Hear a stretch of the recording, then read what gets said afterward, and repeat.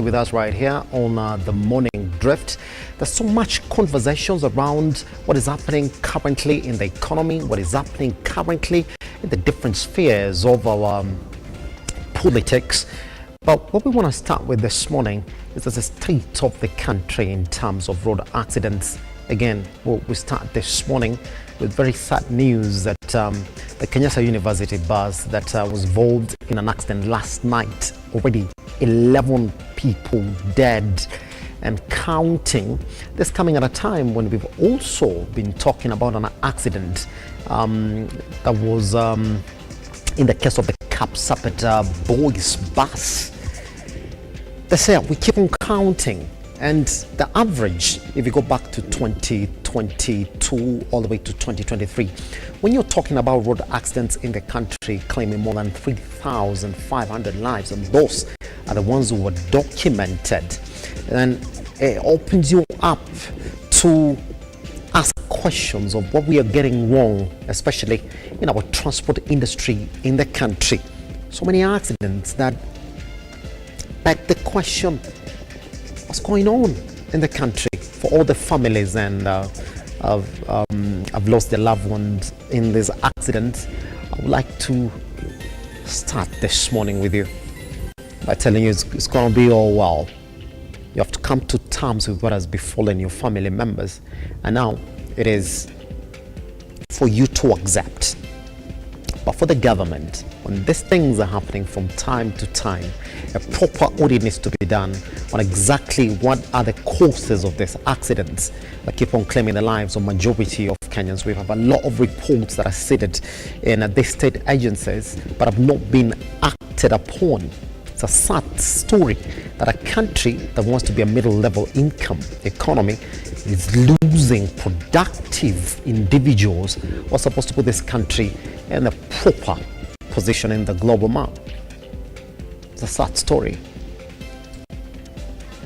Moving away from that, we do know that the president, after postponing his assenting of the housing bill yesterday, indeed did later on in the day, essentially setting the stage then for your employer to send you a message anytime now that as from this month onwards, as from April onwards, your paycheck is going to reflect the deductions of the housing levy. You're going to lose that 1,500 shillings, and 1.5%. Majority of you would even lose up to upwards of 75,000 shillings, depending on what it is that you're taking home as your gross salary. The question we're asking this morning is, whom are these houses meant for, really? And who can afford these houses now that the battles in the courts, the battles in the streets, and the battles online have essentially led to this particular law?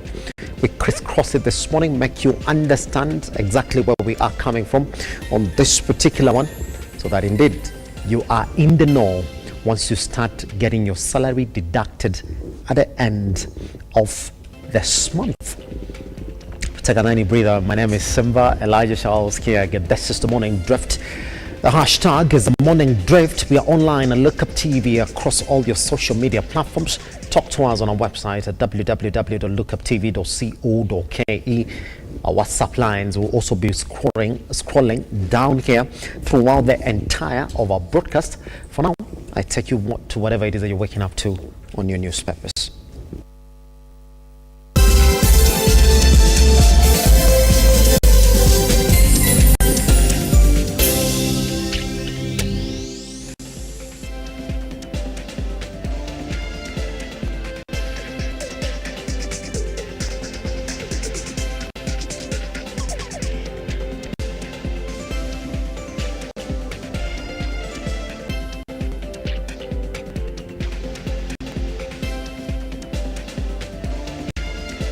Welcome back. We're going to jump directly into the Daily Nation this morning.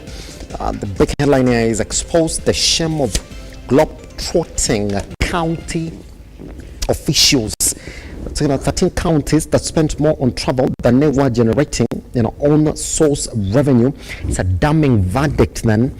If you look at these counties, Bomet is leading. Total travel expenses 128 million shillings. On source revenue 67.7 million shillings. My God. Yeah, that's the perfect exclamation this morning. Whoa. Whoa. Yeah, I'm gonna take a pause and look at this. Gospel Court is the last one in the list at 81.24 million shillings spent in global travel, and they're only making 24.46. So is all this money they're using to travel, man? Yeah. Story on page 6 and 7 of the Daily Nation. There's good news for content creators now. You're gonna be able to make money on a Facebook or on Meta. That is after a deal that has been agreed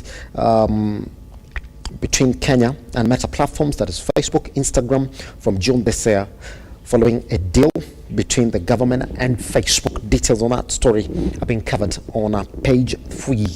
Doctor strike still on as talks collapse. You're going to read that story on the back page. And education, secondary schools to get cash next week. That is according to the PS Education. Story has been covered on page 3. That's it. Is the thing counties yet to get 179 billion of equitable revenue share is a story that has been also covered on the back page that you're going to read. Also, if you look at majority of the stories that have been covered here, you're going to read an interesting story here on page 2 of the Daily Nation about the lengths students go to in a bid to ace tests in local universities. Mismatch between skills and job requirements has raised big concerns on those graduates that are coming from these state universities. As we cross over to the Standard this morning, where the big headline here is about housing billions. RUTO has his way. 78 billion revenue collected through the levy expected to grow gradually to 70 billion in the 2024-2025 financial year, and a 78 billion in financial year 2025-2026. That's what it is, yeah. President Assents the bill that will see him collect 90 billion more in revenue to construct affordable houses. Now the journey has been steep, but the government will have the last laugh unless someone pulls a fast one. Yet again, story has been covered on page 6, and we're going to talk about this morning on what fast someone can pull again on this particular act now. Uncertainty as ministry chops school money. You're going to read that story on page 10. 22 billion shillings shortfall, attributed to stagnant funding for 6 years despite surging student population. Story has been covered on page 10. And Joho says is best placed to run ODM. Story on page 7. That as Nyakumincha, doctors hago, patients are dying. Story has been covered on page 4. And page 12, it's now payback time for Raila as a stars align. Story has been covered on page 12. As that Hurricane makes a 15th attempt to reclaim 3 billion shillings land. Story has been covered on page 2 and 3. The man guy was given 7 days last week then to get out of that particular land. Hospitals asking NHF holders to pay cash. Story has been covered on page 5. And it's glory, Man United yet again. Story has been covered on page 40. Really? I mean, how? This glory Man United? Really? You just want a quarter final? It's not even a final. Yeah? What is it, this thing about glory Man United? I don't get it. What? It's quarter final of the FA Cup. You beat young kids for Liverpool. All of a sudden it's glory. Can we read the first sentence? We hear what they're talking about. That there's still some fight left in Man United? Really? With the season hanging in the balance, Eric Ten Hag's team produced one of the most important wins of his tenure to beat Liverpool 4-3 after extra time in a thrilling FA Cup quarter-finals match on Sunday night. But you're not going to win it. You're not going to win it. So glory to what direction? I don't get it.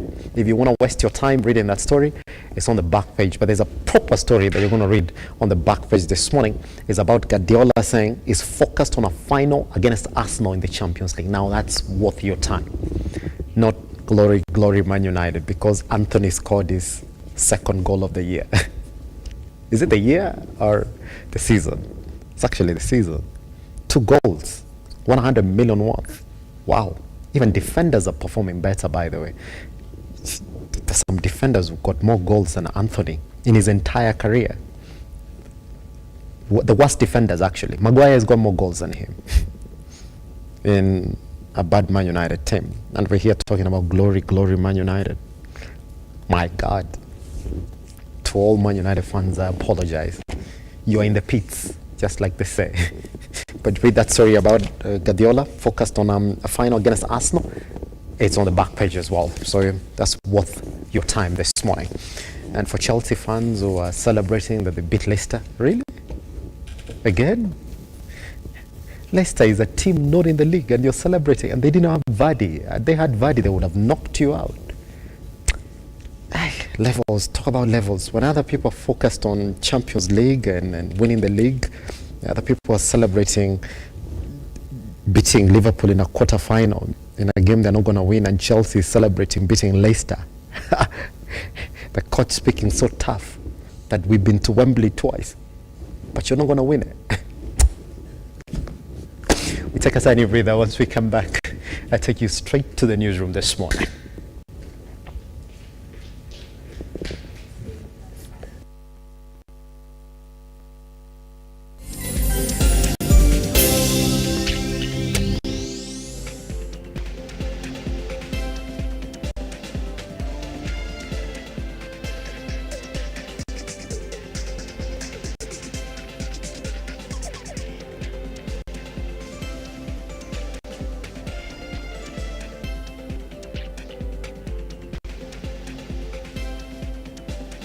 Right, welcome back. President William RUTO has said that Kenyan digital content creators will now be able to monetize their content on Facebook and Instagram as of June 2024.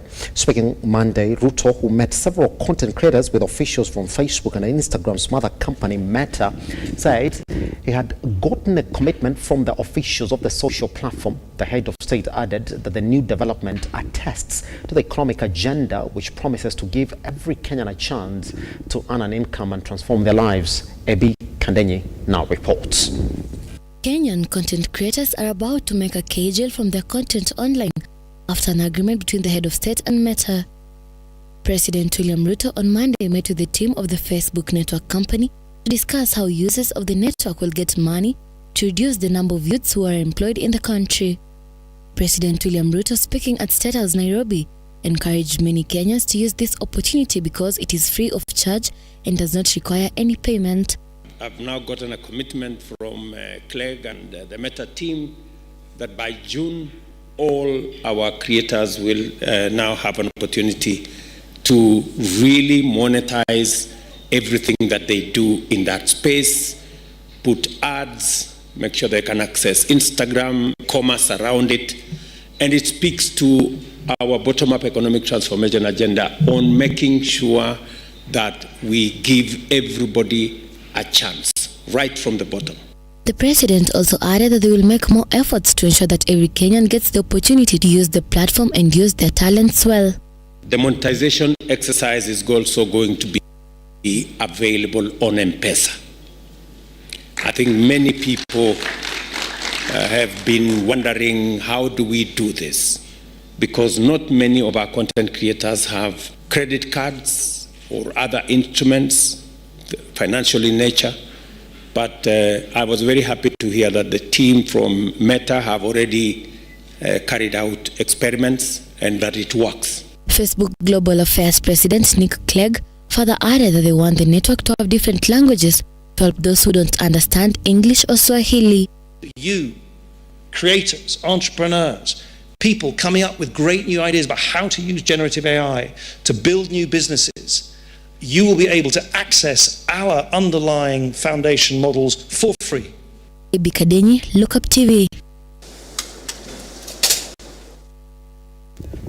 The Teacher Service Commission now says that the government is keen to employ more teachers to address the acute shortage in the junior secondary schools. The commission noted that the plans to fully employ intern teachers were underway in a bid to reduce the current shortage that has adversely affected learning under the JSS program. Maureen Bosire now reports. The Teacher Service Commission now says that the government is planning to recruit more teachers to address the shortage of junior secondary school teachers. The National Union of Teachers in the country, NAT, recently complained of the shortage of teachers that affected public schools and want more teachers. Ndamburi, who is also the Director of Quality Assessment in the TSC Commission, has said that last year more than 56,000 teachers were employed, and the number is expected to increase once the current teachers are permanently employed. Make sure they will be able to staff the schools and reduce the teacher shortage. And that process is started. And last year, you remember, we were given 56,000 teachers that were employed as permanent and others as intern. And you have also realized that even now the interns that began the process, the government has agreed they are going to be converted to a permanent and pensionable, and then the process will continue as the funds are availed. Ndamburi has indicated that they are working closely with the county government, the Kenya Secondary School Principals Association, and the other stakeholders in the program. Mathematics students are expected to increase to enable industrial development in the country. Because for us to industrialize like Singapore, Malaysia, and the others, STEM subjects are very critical. That is mathematics, physics, biology, and chemistry, and the technical subjects. They are the ones that will help the country be able to be driven towards an aspect of making sure we are industrialized. On the other hand, the Executive Director of Semastia, Jacinta Akasa, has said that they participated in building the capacity of teachers so that they can reach 60%, stating that 5 counties are already under the program that will provide training to teachers before giving knowledge to students across the country. We're actually training teachers around code. They actually, as we speak now, we have activities in the field where we have sampled about 5 counties. The trainings are ongoing. The teachers are actually picking up these skills at, junior school and being trained so that they in turn can be able to teach the students. Maureen Bosire, Lookuptv. Now, about 114 bars owned by county and national government officials have been closed in Kirinyaga County since the government declared war on an illicit brew in the country.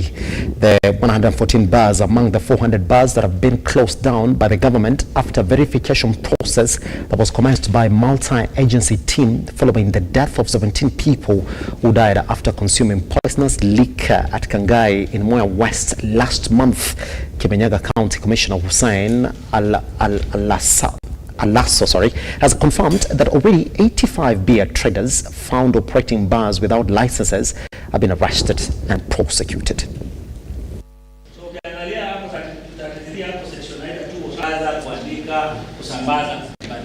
Tumeshika watu zaidi ya 85 tangu tumeanza hizo vita, na wengi wamepelekwa kotini. Kuna wengine wamepigwa faini, wengine bado faili yao inatayarishwa iende kotini, wametoka na bond na cash bail, kesi yao bado inasikizwa.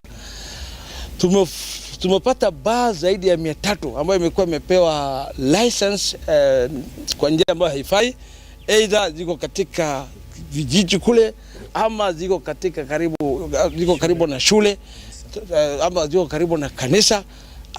Tumeweza kufunga basi ambao pia yameviolate yale masharti. Pia hata hii vita dhidi ya pombe haramu pia tumesema tutasaidiana kwa njia moja au nyingine mpaka tuhakikishe ya kwamba Kirinyaga imekuwa county safi, county mzuri, tukija kwamba pombe mbaya imeisha, na pia tunahakikishia wale ambao wanafanya biashara ya halali wasikuwe na wasiwasi, biashara yao watafanya halali provided mtu ako na license na amepata license kwa njia halali na mahali ambapo inatakikana. Tumeweza kugundua kuna watu wanakusanya, wakienda kukusanya chupa empty za pombe, na tumegundua kwamba hawa wanazunguka kukusanya chupa empty za pombe ndio wale ambao wanaenda kutengeneza pombe haramu na hizo pombe sumu ambazo zinao watu. Nimeweza kutuma proposal kwa county assembly waweke katika sheria yao, wapige marufuku ukotaji ya chupa empty. Mtu yoyote ambaye sio manufacturer asionekane akiokota, akizunguka akiokota ama akiassemble chupa empty katika premises yake. Still on that story, Interior Cabinet Secretary Kithure Kindiki has issued a warning to government officials involved in the sale of illicit brew.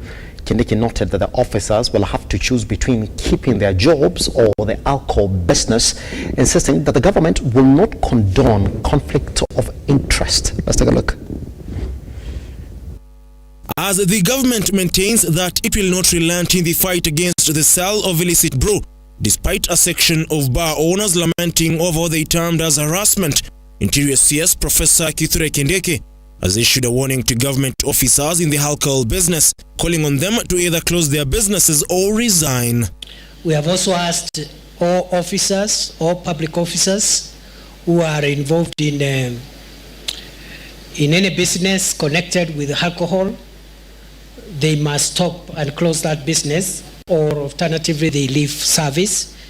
Even if the premises is licensed, even if the premises sells legitimate products, an officer who is a law enforcement officer getting involved in law enforcement in an industry where they have business interest creates a conflict of interest, and therefore the one must give way, and it's upon the officers to choose. With security officers in the front line in the fight against the sale of illicit liquor, with a section of their counterparts blamed for allowing the alcohol business to thrive, Kindiki highlighted the importance of transferring officers who have overstayed in one workstation. We are in the process of transferring all the officers who have overstayed, including officers here in Trans Nzoia. All officers who have stayed for more than 3 years must leave. And that is not a request, it is not a human resource matter, it is a national security matter. They must leave without exception.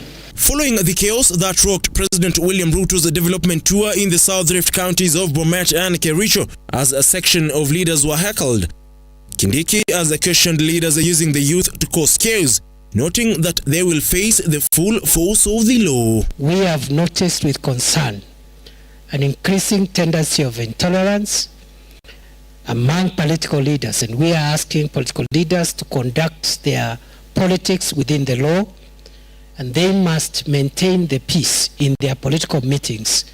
No person is allowed to disrupt public meetings, to use guns, to mete out violence and harass members of the public. And it doesn't matter whether the organizers and sponsors are pro or anti-government. We will crush them equally, and nobody is above the law. In Keitane, Lookuptv. Doctors have maintained that the strike, which started Thursday last week, is still on until all their demands are met. Speaking moments after holding a meeting with the Ministry of Health, the doctors acknowledged that even though the ministry had shown a goodwill and commitment to ensure the issues were resolved, they wouldn't call off the strike despite promises by the ministry to solve some of the issues falling within its mandate. Kenya Medical Practitioners, Pharmacists and the Dentist Union Secretary General Davji Atela claimed the union has in the past held meetings with the government, but the commitments arrived at had never been implemented. They have vowed to continue holding hands in solidarity, not willing to throw the towel. The strike is on. That is what they are saying. Speaking moments after holding a meeting with the Ministry of Health, the doctors acknowledged that even though the ministry had shown goodwill and commitment to ensure the issues resolved, they couldn't call of the strike despite promises by the ministry to solve some of the issues falling within its mandate. Team that are discussing these matters of strike that's currently ongoing. But I just want to affirm that our strike is on, as we gave the notice from 6th and from the commencement that it had from 13th. So this marks day 5 of the national strike.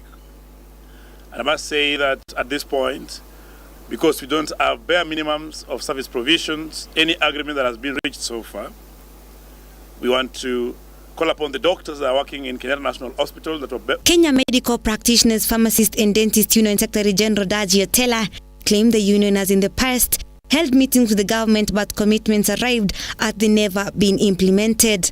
In today's meeting, we were meeting with the Ministry of Health, headed by the Cabinet Secretary.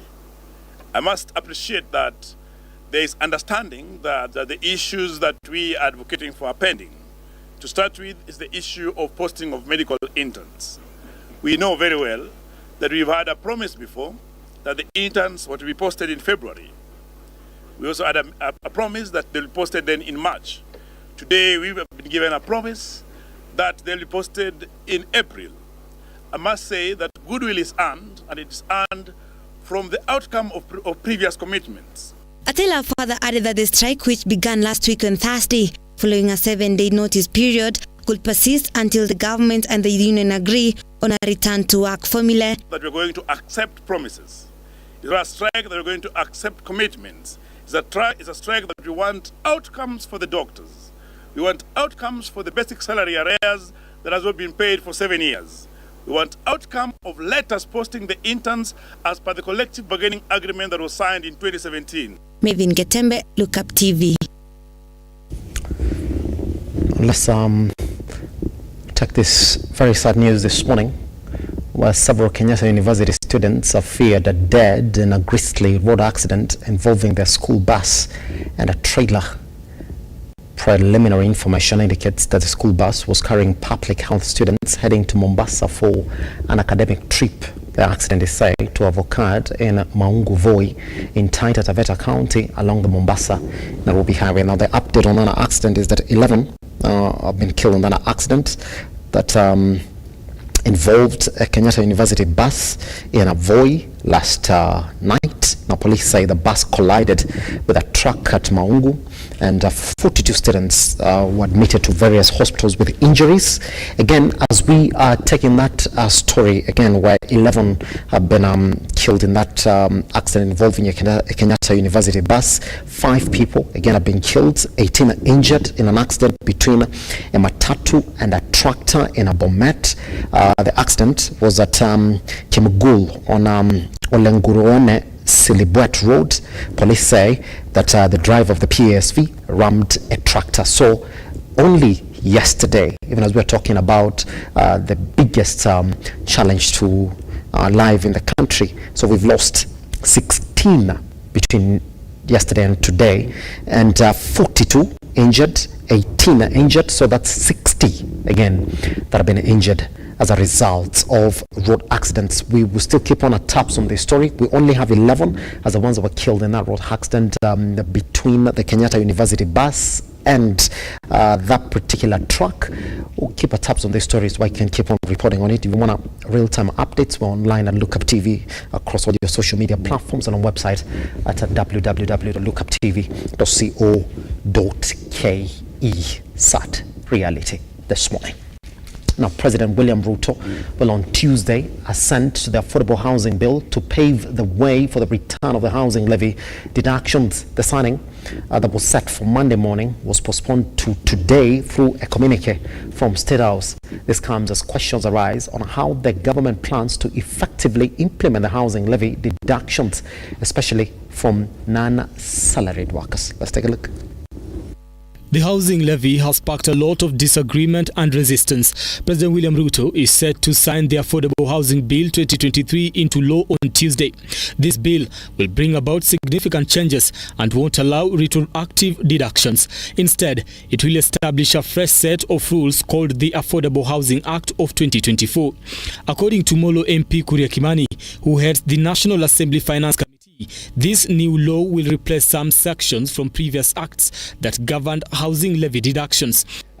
Also key to note is that the National Assembly had amended that the housing levy be be tied to the Tax Procedures Act in terms of the date of collection and the penalties thereof, Honorable Speaker. However, Senate has disagreed with the National Assembly on this particular amendment and has brought back the penalty at 3% if this housing levy is not levied on time. We still feel that this particular levy should be tied to the Tax Procedures Act so that it is remitted to the Kenya Revenue Authority as a civil debt, just like all the other levies and taxes are levied to KRM, and we're hoping that subsequently in the coming legislation then we'll be able to again tie this particular collection of this housing levy to the Tax Procedures Act so that we ensure that there is at least fairness, there is uniformity in how we do tax administration in this country. National Assembly Majority Leader Kimani Ichung'wah agrees with MP Kimani. He clarified that the deductions will start only after the bill becomes law. The High Court stopped the implementation of the housing levy in November 2023, stating it lacked proper legal grounding. In January, the Court of Appeal upheld this decision, leading to the abolishment of the levy. However, the government under the Kenya Kwanza administration swiftly attempted to reinstate it through new legislation. Despite strong opposition from Azimio lawmakers, Parliament approved the bill. The Senate made some changes to it and passed it last Tuesday. The National Assembly endorsed these changes on Thursday, avoiding a lengthy mediation process that could have delayed the bill. President Ruto believes signing the bill will generate job opportunities for young people, aligning with the Kenya Kwanza government's goals. When this bill comes into law, deductions will start this month. Questions have, however, been raised on how the government is planning to implement the collection of the levy from non-salaried Kenyans, with pundits arguing that there's no legal framework to ensure the same. This paving way for another legal battle in the corridors of justice. Brian Amwai, Lookuptv, Nairobi. A particular story right there is what introduces us to our conversation this morning. Well, the president is going to assent to that bill today. Well, that essentially takes us away from the courts, introduces to another conversation of the proper implementation. Here's the thing. It's possible that somebody could again rush to court and stop their implementation. That's why the Daily Nation this morning has said, unless someone pulls a fast one yet again. But the questions are there, because you gotta ask yourself the question, to whom are these houses meant? Number one. Number two, how is the government gonna make sure that every other Kenyan in the country collects the money? In fact, today as we begin, there's no proper projection of how much the government can collect from this particular levy, because they're talking about so far having collected 70. They want to go up to 78 in 2025-2026 financial year. What is our projection pegged upon? We talk about that this morning. Is it possible that somebody can again go to court and stop this particular implementation? Because indeed, as it stands now, those deductions are now as lawful as they can get. 1.5% out of your paycheck is going to be deducted, and indeed, it's not even backed on anything. We talk about that this morning, plus many other issues that have come up today, including the doctor strike and politics within the ODM party. I already see Prof. Ogola seated with us right here in the studio. The rest of the guests are going to walk into the studio shortly so that we could table that conversation. Good morning. The hashtag is The Morning Drift. Let's keep on talking.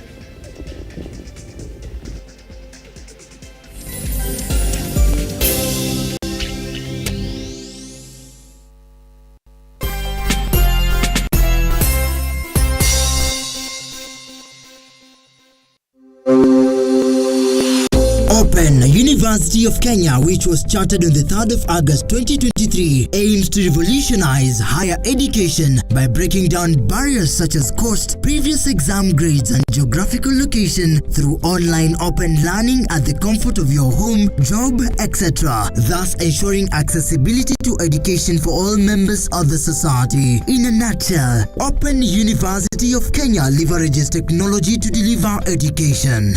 Open University has brought a new door in the Kenya education system, where learners are able to access education in a flexible, affordable, and all-inclusive.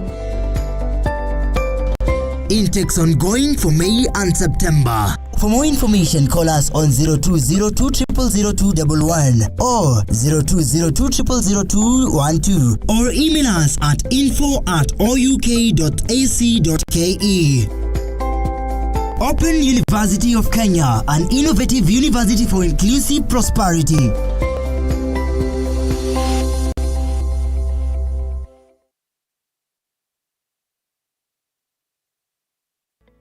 Nashukuru sana kwa tatua tatu. Kama hizo pesa zinaweza fikia walemavu kama sisi, lazima watu wabarikiwe.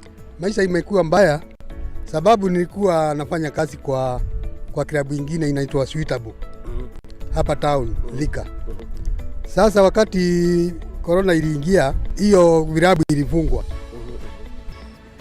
Kwa hii Sakura mimi nimeshukuru sana. Nashukuru sana. Nasema mubarikiwe mpaka watu waboeke. Leo nimefurahia sana kwa sababu hata tupati chakula nyumbani. Leo nimefurahia hata mama pia nyumbani ndampelekea furahi. Asante sana tatua tatu, na tutaanza kucheza na tutazidi sana pia kucheza.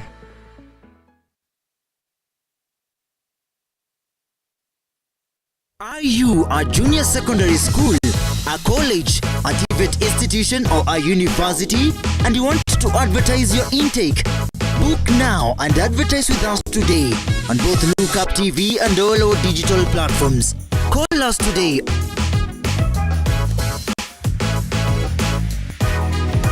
Or email us on sales@lookuptv.co.ke.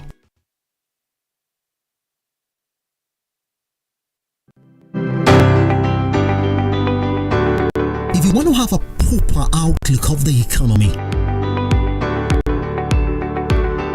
then you have to speak to the wheels and gears of the integral businesses in the country. And I want to be able to make the youths and everybody coming up in Kenya know that this is here locally. Men and women in the thick of the bust of markets rising and falling, fighting to make their business decisions stick. I've always lived in my career that I can never be late. You need to train by yourself.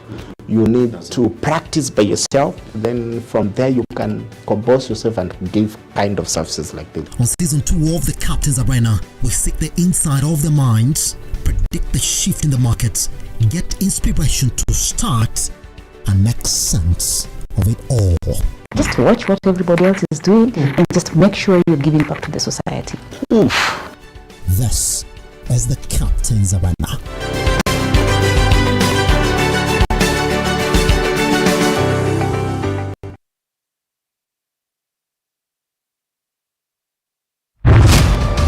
As the night falls, we come to life to bring you a comprehensive broadcast from the numerous events happening across our 47 counties. When it breaks, it matters, and each story is important. If it's Thursday, join me, Nancy Lima, and my able panelists as we break down the law jargons and analyze the Constitution in a way only you can understand. The news cycle never stops, neither does time. We cover each and every sector and present to you factual and accurate occurrences. This is where facts win the day. Join me, Nancy Lima, Ian Keitani, Tuesday, every Wednesday, Thursday, as from 9 p.m. on The Insight, only on Lookuptv.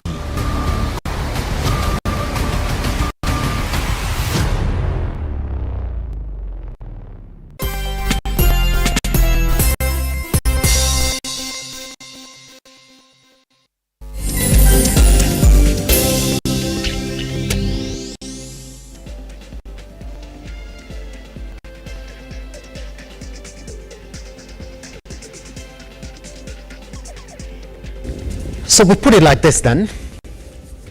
If you're employed, either in the private sector or in government, as of this April, your paycheck is going to read something different. Hopefully, you're aware that your shift contributions are going to start as well. And now, today, unless someone somewhere pulls a fast one, and a quick one at that, the contribution for the housing levy also going to begin, pegged at 1.5% of your gross salary. The president postponed their sentencing yesterday, and today is going to put a signature on that particular one. But guess what? Regardless of whether he could have or not, after 2 weeks of that particular document sitting in his office, it would have essentially just become law. So today, the president is going to hold that ceremony, and I call it a ceremony because it's indeed a ceremony, because there's still more time for that particular law to come, for that particular bill to turn into law today. Good. So guess what? Amai Brian introduced us to the first story that is going to essentially be the backbone of our conversation this morning. Let's take a look at it. Once we come back, then I'll be introducing the gentleman on our panel this morning to look into this particular issue. Remember, our conversation is who can really afford these houses that we are talking about here this morning? Because the reality of getting these houses now is going to set in for a majority of Kenyans. Let's take a look. The housing levy has sparked a lot of disagreement and resistance. President William Ruto is set to sign the Affordable Housing Bill 2023 into law on Tuesday. This bill will bring about significant changes and won't allow retroactive deductions. Instead, it will establish a fresh set of rules called the Affordable Housing Act of 2024. According to Molo MP Kuria Kimani, who heads the National Assembly Finance Committee, this new law will replace some sections from previous acts that governed housing levy deductions.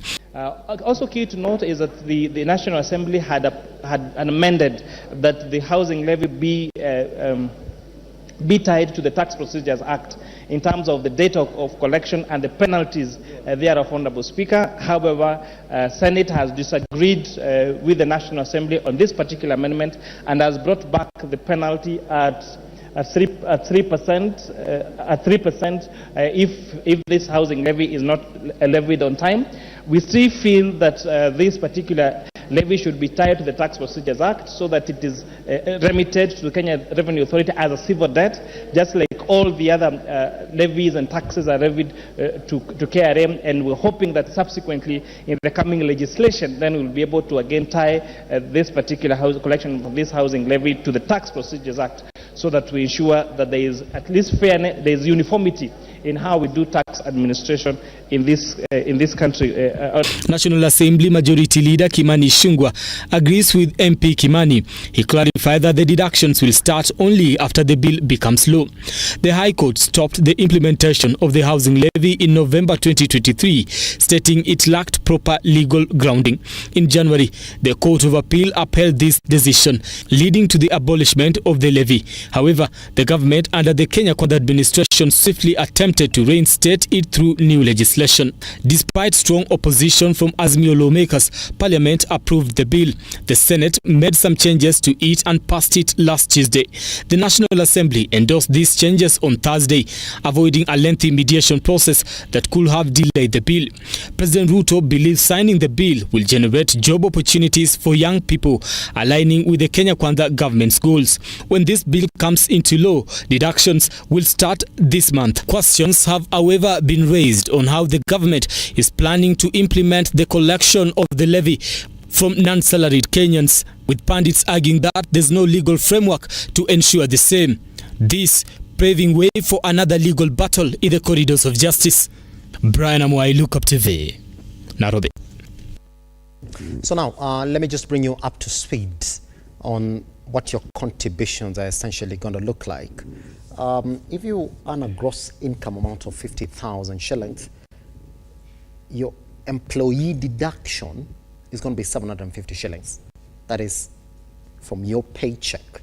Your employer is also going to contribute 750 shillings. So total is going to be 150 shillings, because if you do 1.5% of 50,000, then you'll be arriving at the 750. If you earn 100,000, it's 1,500 from your paycheck and 1,500 shillings from your employer, essentially putting it at 3,000 shillings. 180,000, you would be deducted 2,700 shillings. There's 2,700 shillings from the employer, essentially coming to 5,400. Now, the bigger band in this is those one earning 200,000 and above. It's 3,000 each from the employer and the employee, bringing it back to 6,000 shillings. That's where we are. And if you look at the employer's obligation, by the way, is to set aside the monthly payment for each employer not later than 9 working days at the end of the month in which the payments are due. The amount comprises of the employees and the employer's payment. This means that the housing levy will form part of the statutory deductions. It is a tax. That's it. All right.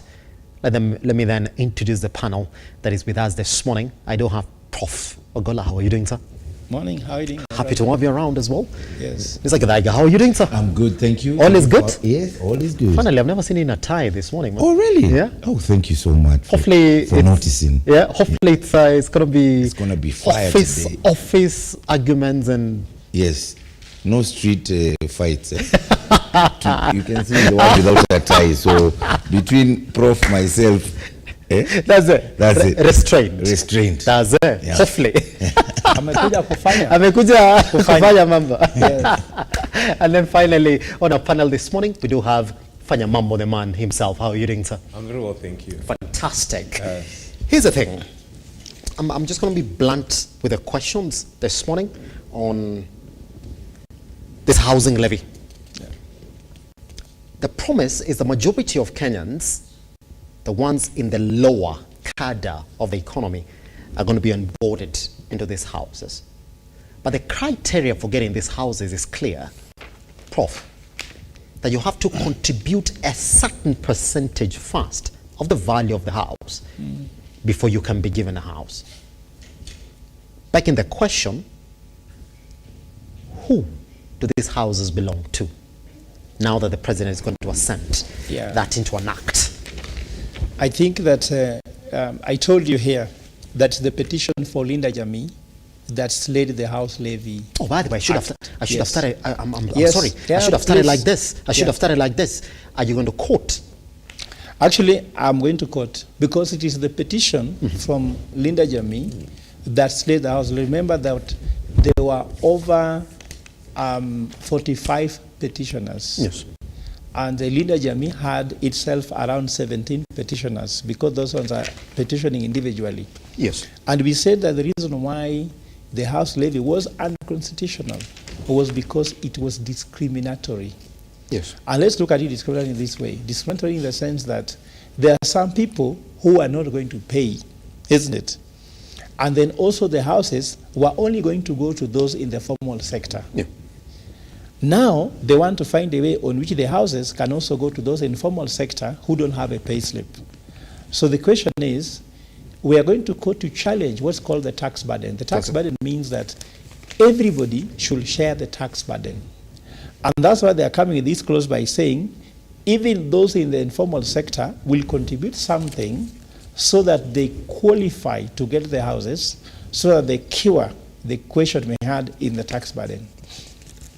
Nevertheless, operationalization of that one is completely impossible, logically, constitutionally, but also just there will be a lot of what is called, in Kenya there's what is called tax avoidance and tax evasion.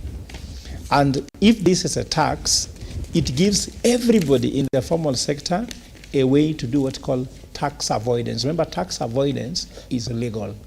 Tax evasion is illegal. So someone in the in the informal sector can actually explain how they should not pay that tax. But also, what is interesting to me, if you look at those figures, SIMBA, do you know what's called the minimum wage? Do you know how much is the minimum wage?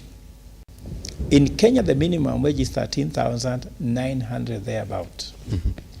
And we are not even starting with taxing the minimum wage, because we are starting from 50,000.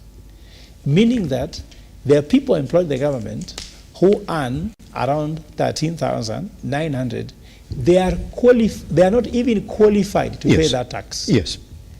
I believe that even if you want to stretch this, I think the president is making a mistake. And this is that we're only targeting those guys who are earning 50,000 and above. Yet the minimum wage in Kenya is 13,900. That's it. Yes. And Prof, there's something that I have to tell you this morning, that if you look at the latest stats from KNBS, that these guys who earn between 15,000 and 49,999, below that bracket, now listen to it, it is 71.8% of formal income earners in this country. Yeah, so if 71% of those people do not even qualify to pay the house levy, that's it. Then who is it that you are targeting in the formal sector? In the formal sector.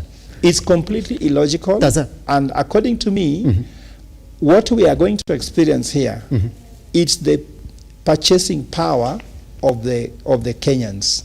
When you lower purchasing power of the Kenyans, you kill any possibility of starting up a business. That's it. Because when you take up that money, the money you are taking, if you just calculate all that money you are taking, now talk about they are projecting around 90 billion shillings taken away from Kenyans that they used to use, isn't it? This money they could put in school fees, this money they could put on food, this money they could put on their transport, this money they could put on their health. As you are taking that money from them, the health doctors are on strike, isn't it?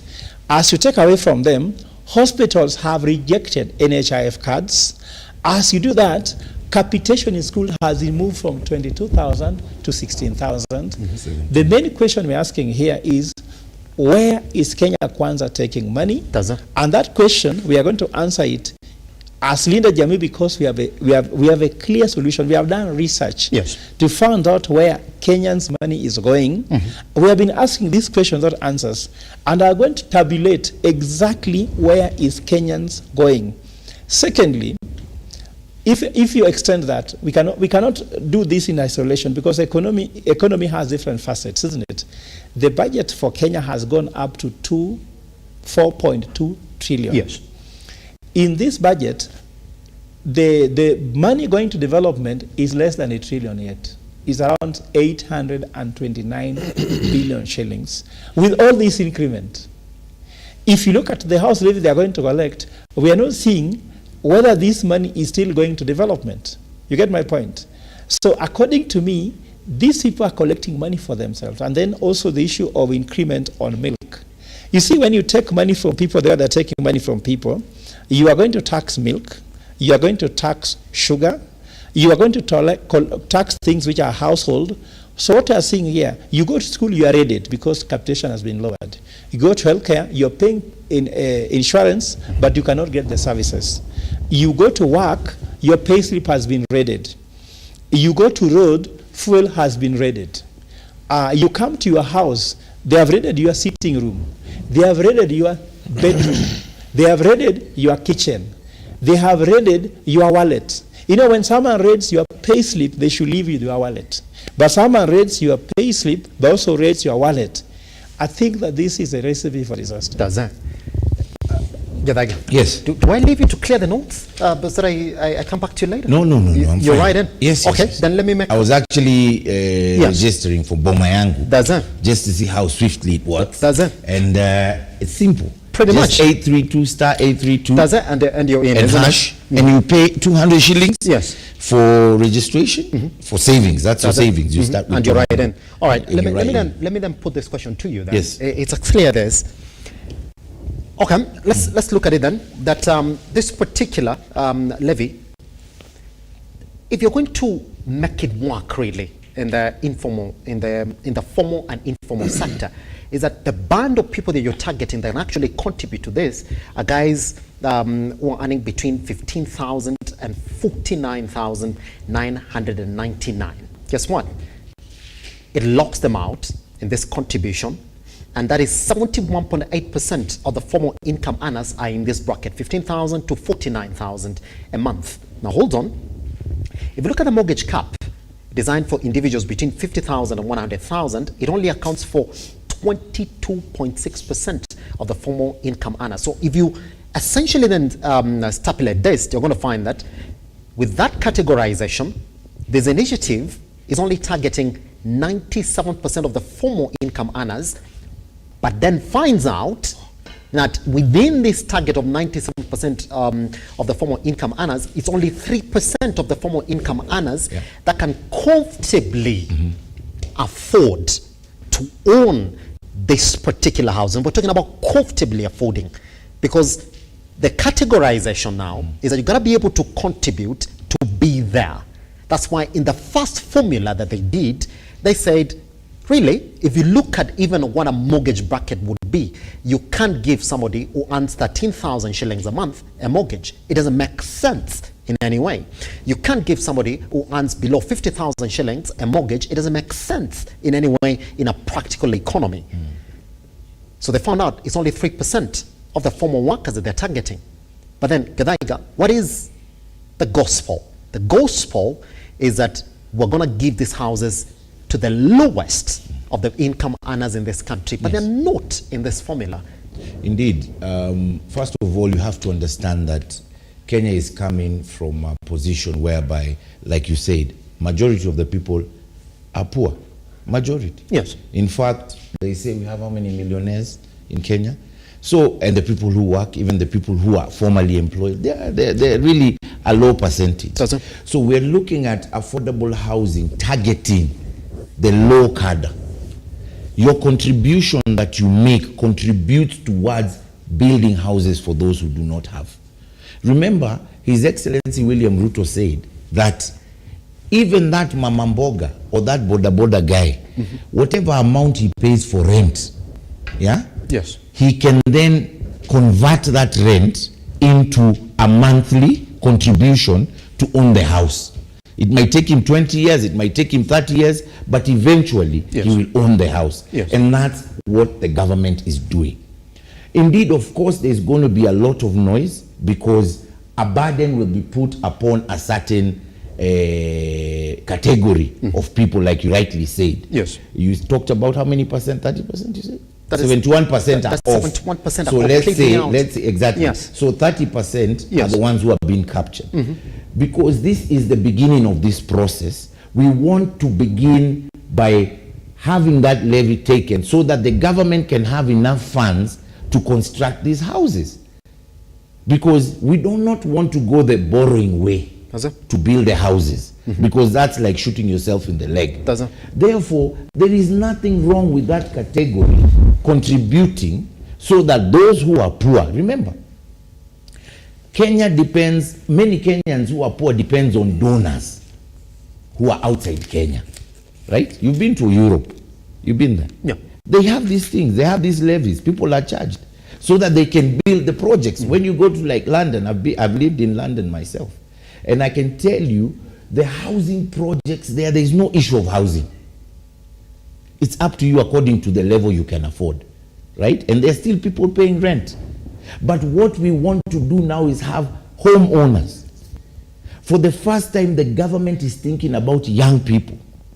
You understand? Who are the majority? In fact, when you figure out that number of 71%, which population is that? It's the young people. Those are the majority. I can trust you me, for the 70%, 71% that you're pointing out is people between the ages of 35 and 18.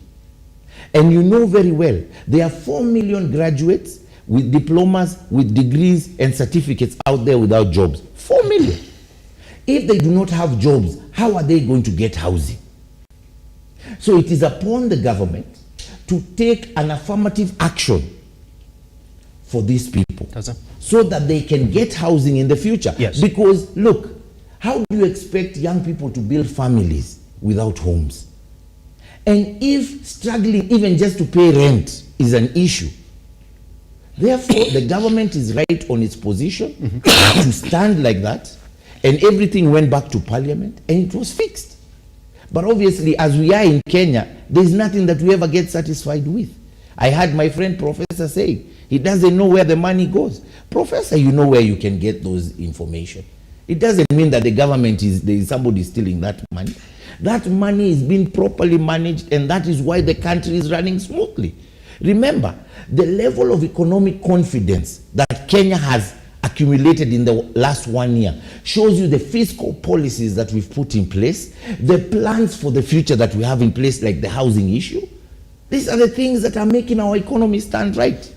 So therefore, it is sad to see people who can afford fighting for those who cannot afford. And it is also very, very sad indeed. Na vijana msikize hii mkiona professor hapa. Professor is saying, and I'm not in a battle mood, but Professor is saying that you who earn 15,000, you be levied. He's going to court so that you can pay tax. Tell me, what is 15,000 really? No, that's inaccurate. What is 15,000?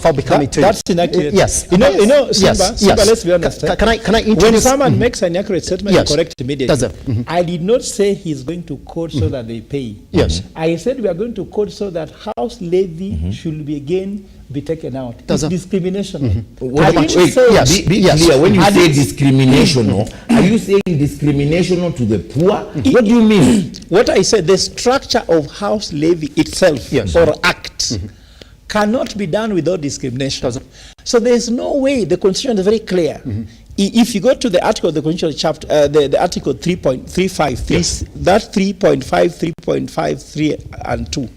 That area is about non-discrimination. For example, application of the law. The government, the Constitution does not allow you to do anything that discriminates anybody in the basis of race, in culture, and everything else. Could you allow me, because I'll be coming back to, we still have so much time. One second. Let me introduce Fanya Mambo. Let me introduce Fanya Mambo to the conversations that we have a look at it. You see, Fanya Mambo, we're looking at an act, which is going to be an act today, by the way, that went back to Parliament and went through 49 different amendments in the second round of it getting amended. Now, in here, that all Kenyans, now, this is, I'm reading this, I don't know how to read in bolds, that all Kenyans, both salaried and non-salaried, will be required to contribute, now listen to this, 1.5% of their income towards housing fund. I'm going to continue. That this was among the 49 amendments that were captured in the Affordable Housing Bill 2023, which was passed in the second round by the National Assembly. Now, hold on. Now, the opposition asked this question, and it's a question the majority of the House members could not answer. And Gadaiga, please, if you can this morning, then later on when you have that opportunity, you'll help Kenyans understand how you can measure what mechanism is available in the country to measure the gross income of non-salaried Kenyans, while also claiming that Parliament is not being used to hurriedly pass bills that serve the interest of the government. So this morning, Fanya Mambo, when we say that all Kenyans are going to contribute 1.5% of the gross income, how do you measure the gross income of somebody who's not salaried? Because that's what Prof is talking about, that this law, whatever way you apply it, it is discriminatory. There's somebody somewhere whose house is going to get constructed and they're going to be given this house by somebody who's not contributing what they should be essentially contributing. 1.5%, how do you measure the gross income of somebody who's not on a salary? To start with, we spent a lot of Parliament's time legislating bad manners, because this is public land you're talking about. Who gives you permission to take public land, build on public land, and then sell houses built on public land? Mannerless. It's horrible. It's unthought of. It's unseen in the world that somebody comes and takes public land. Where are we even having a conversation about it? You come to public land, you take it. Who gave you permission? You build houses on public land. And then once you build on public land, using public money, not your money. Yes. And then now you sell. Nothing belonged to you. The land was not yours. The construction happened using taxpayers' money. What gives you the audacity to sell? Mi sijui kama tunaelewana. Mi nataka wa Kenya, sijui kama nitasema na Kiswahili. You come, you find land that was not yours, you as a Kenyan. You take that land. You go and get building materials from wherever. And you're using other people's money, not yours. You build. And then now when it comes to selling, you become worthy of being paid money for selling something that you did not own. And for selling something that you did not use your money to build. This is where it baffles everybody. So let's not talk about it. This is one horrible Kenya Kwanza idea. Yeah, that is founded on something that is wrong. I mean, public land. How do you come and take public land? Build on it using public money and then sell. Once you understand that the foundation is wrong, then you don't have to discuss it, because sometimes discussing Kenya Kwanza policies is just a waste of time. I mean, these things don't make sense to start with. It's public land, it's public money, then you are selling. And by the way, then you come and say you need to pay a deposit. Now this is where it beats everybody. That's how to a boda, your 10%, your nyumba, they can't raise. Even if they wanted, they can't raise it. That deposit that is required. Remember, it cost the government nothing to build. And it cost them nothing in terms of the land. But now they want a deposit. So that which has cost them nothing has to be paid a deposit for. I don't know whether I'm making sense. That which cost me nothing, you, the poorest of the poor, will pay me to acquire it. Once you understand where the problem is, then you'll stop having a conversation about housing and start talking about doctors. Because that's where our problem is. This housing thing, okay, and how much are they trying to raise? 90 billion? 85. Yeah? 85. 85. Currently at 70 billion. We are trying to raise 85 billion as a country. Na tumesha kopa 2.5 trillion, which we can't explain where it is. All this hulabu, all these problems, all this parliament, all this nonsense is to raise 85 billion. We've already borrowed 2.5. Kwa hiyo 2.5 hakungepatikana 100 billion, ijenge nyuma, alafu watu wakilipa hizo pesa itumike kujenga zingine. Why are we disturbing Kenyans? If you've borrowed 2.5 trillion in a year, and you're not disputing, and the controller of budget has told us you borrowed 2.5 trillion, what was hard in taking 100 billion out of 2.5 trillion? That's just a very small percentage. Yes. Build houses worth 100 billion. Come and tell Kenyans, we are selling to you affordable houses. That money is enough to now continue with that program. Hii ni kelele tu ya kuzumbua Kenya. Every day you wake up, there's something Kenya Kwanza that is doing to make you feel bad. Because it just makes us feel bad. Now newspapers, Kenyans don't even buy. You know, there are things you buy, you know, adage, something that is sung during a burial, or these things that you read that are so bad that you don't want. Now, I used to buy the newspapers, I no longer do, because every day is just problems. And Kenyans don't want problems. That's why they're on TikTok. They got tired of listening to these people. If I was president and I have 2.5 trillion, why burden Kenyans looking for 85? Use even 200 billion, build houses. Come and tell Kenyans, we have, not we are going, we have built affordable houses. And now we are selling. Then it becomes a rotational fund. Tungekuwa tunaenda mahali. But they just want to disturb our brains.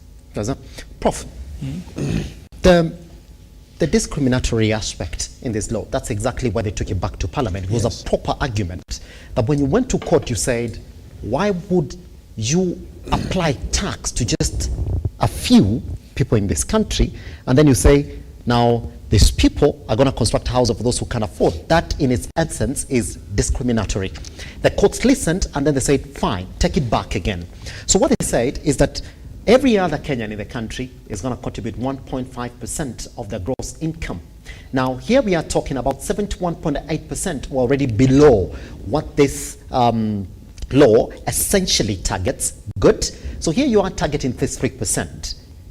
Is there a mechanism that measures the gross income for an unsalaried worker in this country? What is a mechanism? How are you going to know how much I earn if I'm not in your books of formality?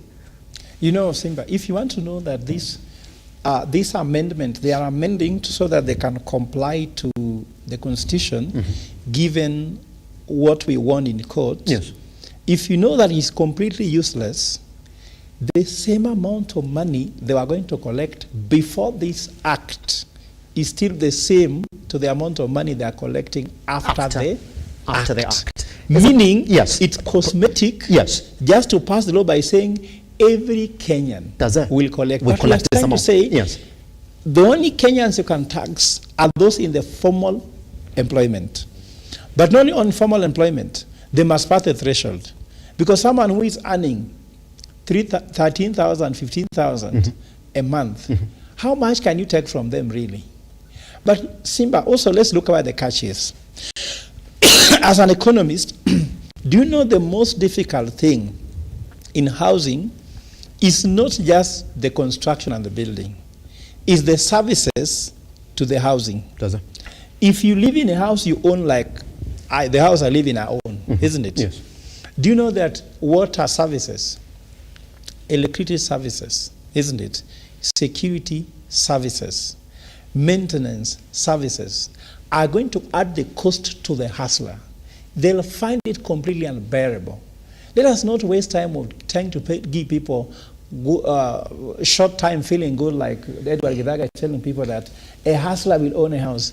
My brother, do you know that if you live in an apartment, isn't it, garbage must be collected? Those garbage companies, how much do you pay for garbage every month?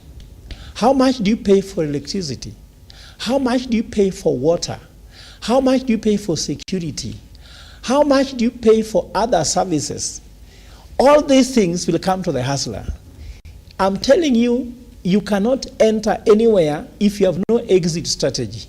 You can't enter a cave without knowing that you'll be fine. Actually, there's an analogy which was said about the story of the cave, that somebody entered the cave and found inside the cave there was a lot of food. What they didn't know was that as they were entering, they were struggling to enter. Then they ate so much that they became too big to come out. And they could not continue staying there until they get thin enough to get out. Yes. This is what Kenya Kwanza is doing to us. Yes. He's pushing the hustler to enter the cave. Yes. And I can tell you, SIMBA, I need to urge all Kenyans listening to me, let us do proper civic education. Because the Bible says that my people suffer because of lack of knowledge. And the president is taking advantage of Kenyans by pushing Kenyans to take decisions they can't live. This decision we cannot live. City council, this Nairobi city, even the county government, they are having pending bills to pay to the Nairobi Water Company. They cannot even afford to pay back. State House cannot even afford to pay electricity and water bills. They are all there. Now you want to talk about pending bills again to the hustler, but for the hustler, no one allows you to spend water before you pay. Electricity, they pay token. State House is post-paid. County government office, all those are post-paid. All Kenyans are prepaid. What we are seeing here is that the cost of electricity for the hustler will go up. And it is going up every day. I'm trying to urge Kenyans, let us not rush. Let us look for what is important. Instead of the president putting money on concrete, put money on people's head. SIMBA, as a young boy, I'm happy that you went to school. It's called Rapogi. St. Joseph's. Joseph Rapogi, isn't it? Yeah. If your father had a priority to build a house for himself, you could have not been here. So why don't we put money in education, on health? Let us put money in people's cost of living. The remaining money, people will build for themselves houses when they want, when they see a priority. As an economist, like in this Solomonic economic book that I have here, on page 8, my brother, if you read, we said that during the time when the country is in distress, the government intervention on people's life should be limited so that the economy can self-correct. You get my point? It's an economic imperative. This is Solomonic. When you are in crisis and somebody is intervening in your life, telling you taxes here, do this, now build a house instead of going to school. Some parents are not able to take their kids to school. This is the time you're telling them you want to tax them to build for them a house. And some people live in rural areas. For example, do you know what percentage of Kenyans live in rural areas? Do they need houses? Like teachers, doctors who live in Siaya, who live in Malindi, who live in their own private houses in Kaloleni, in Taita Taveta. You are telling them to pay you houses, yet they live in their unsettled land. To build a house for water, they have no plan for it. What I'm trying to say is that forced house is not good. In fact, if you look at even the economic policy, there's what you call common good. Some common good, housing is still not really a common good. Housing should work on the forces of market forces, supply and demand. Let us not push people to build houses which they cannot. There are some houses which are empty. Kenyans are 90% house renters. Kenyans by population, renting is 90%. 10 is ownership. Long live that. And if you look at countries which have built houses, for example, you go to Switzerland, you go to Finland and all those countries, they have allowed you to go and enter the program voluntarily, not forcefully. When you force people to do something, you have an interest. The president is a commercial president.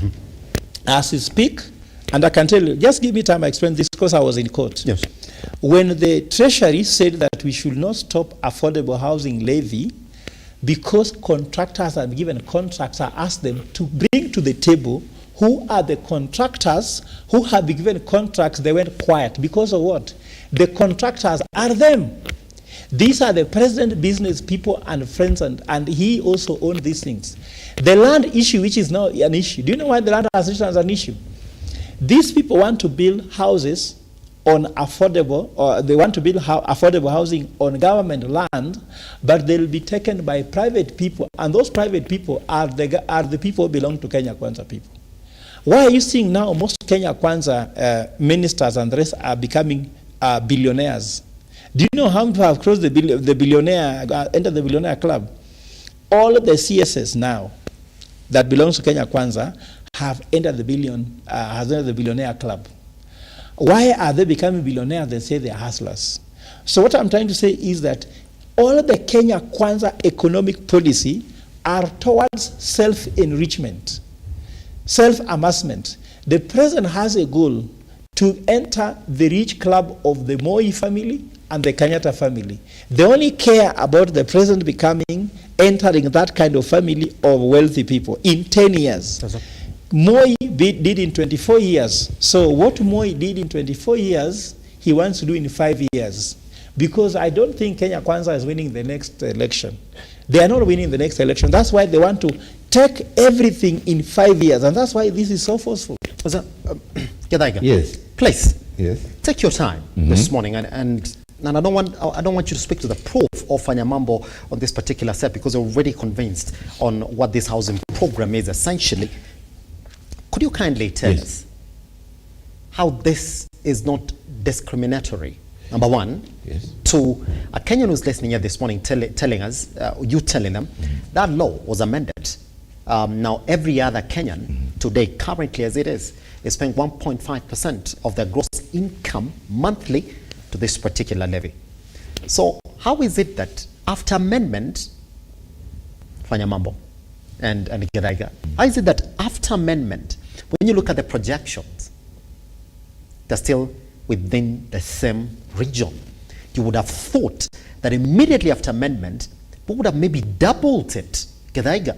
But when you look at the projections, currently at 70, they want to take it to around 74 and 78 in 2025, 2026. You wonder, now that you've amended it, why can't the figures jump? Maybe even close to doubling? How is it not discriminatory when you and I, right here on this set, can't figure the formula that you can use to say this is a 1.5% gross income for every other Kenyan who's not salaried? Is it still not the same thing, Gadaiga? Start from there. And this morning you're in a tie. So please go as slow as you can, if you can give us that formula and tell us why this is still not discriminatory. Number one, thank you very much for that good question. Of course, I would like to start this way. The reason why we came up with the Constitution 2010 was so that Kenya can be a more equal and a more equitable country. because there before there was a lot of much more discrimination. If you look at the Constitution, Article 43(1)(b), it states, and I'll read it, provides that every person has a right to accessible and adequate housing and reasonable standards of sanitation. That is the Constitution.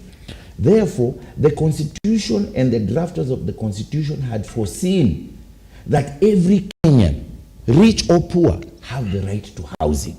So therefore, what the government is basically doing, Kenyans, is basically implementing what the Constitution states. So therefore, there is no discrimination. The same Constitution provides for affirmative action, all right? For vulnerable and people who are struggling. It provides for that, affirmative action. And what the housing bill, housing act, call it what you want, affordable housing, is targeting affirmative action. So there is no discrimination. Let me give you an example of the housing. Take the youth of Kenya, right?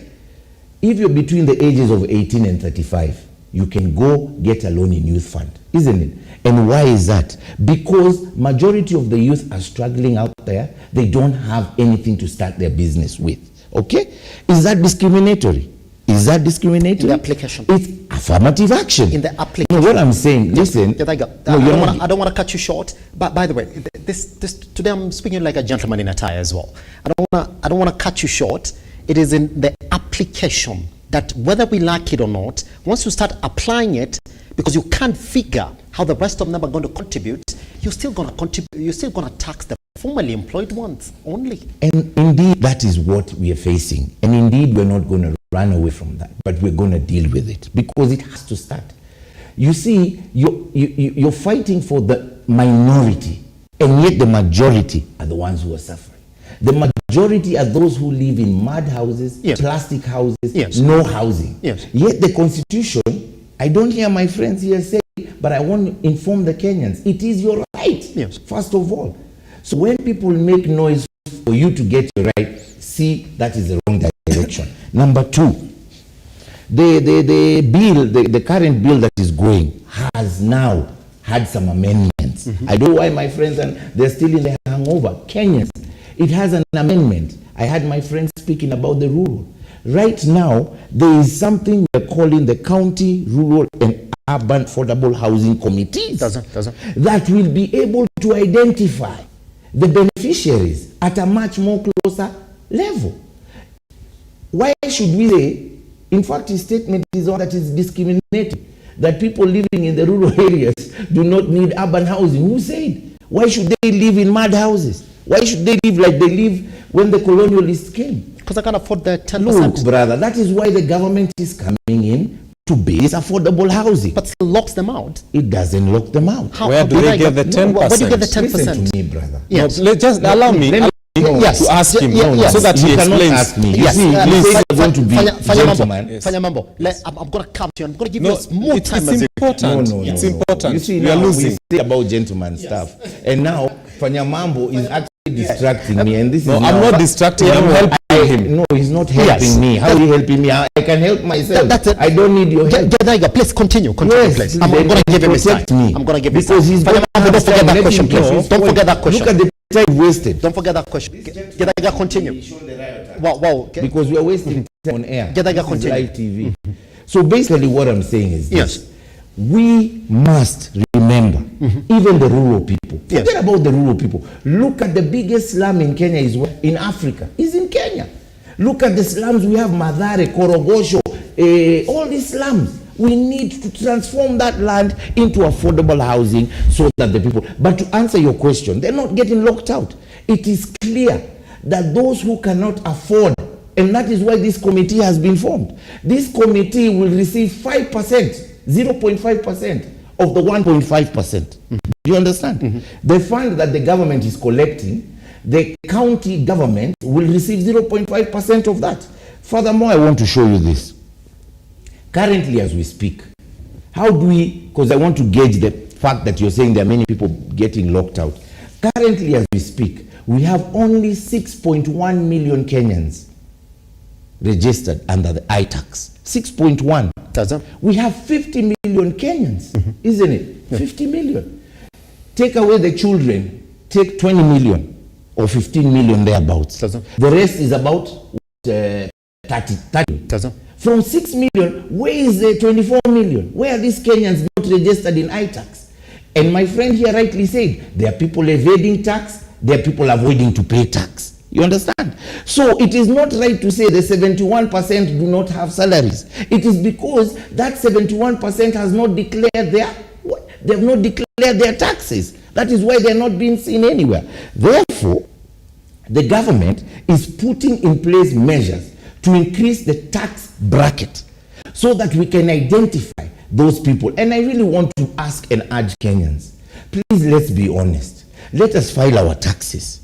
Let us declare how much we earn so that the government can be able to give us the services that we require and give us equitable services to all Kenyans. Okay? So therefore, I'm saying to you Kenyans today, do not listen to the noise that is being made about this affordable housing.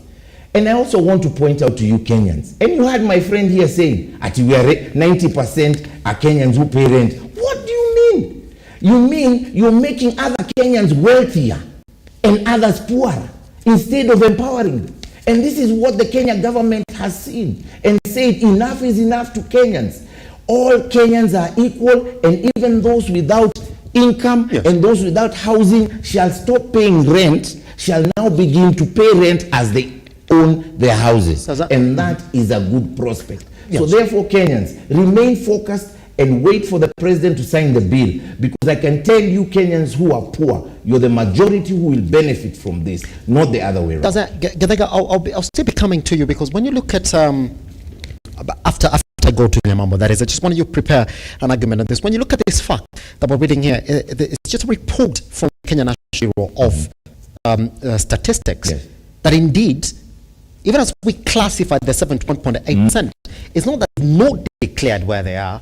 When KBS did their statistics or their research across the country, they indeed found that 71.8% of Kenyans earn between 15,000 and 49,999. They say that's the higher bracket. They say below 50,000. That the implementers of this particular bill, when they were looking at what would be visible in taxing Kenyans currently as it is, they said on this particular one, you got to go to the ones earning above 50,000, because currently as it is, once you compound all the taxes the majority of Kenyans are paying, you still can't extend more tax to the ones that are earned below. You'll be essentially not locking them out of any development. If we are saying that indeed the way it's structured, you're still going to net the ones in formal employment, isn't it a reality that indeed that this 10% deposit that you gotta have, that you gotta register on Boma Yangu to get it, the majority of them are still gonna struggle? I'll still be coming back to you. Fanya Mambo, extending to you, and I'm gonna read you notes, and I'm gonna read you notes from the second amendment debate. Well, this is it. That majority of Kenyans read it the wrong way. They said the majority of the members of parliament in that house were passing this particular bill for the government's sake, that they just had to conform to show the courts, and indeed their notes on those cases in the court have been met, but the practicality of implementing this is still a struggle. Do you also feel the same way, Fanya Mambo? You see, there's a huge problem here. A Chinese developer who does not know me, who has never seen me, who doesn't care that I exist, will come into this country and buy land, by the way, at market rates, and build houses. And then they will sell to me that house for cheaper than what the Kenya Kwanza government is selling their houses for.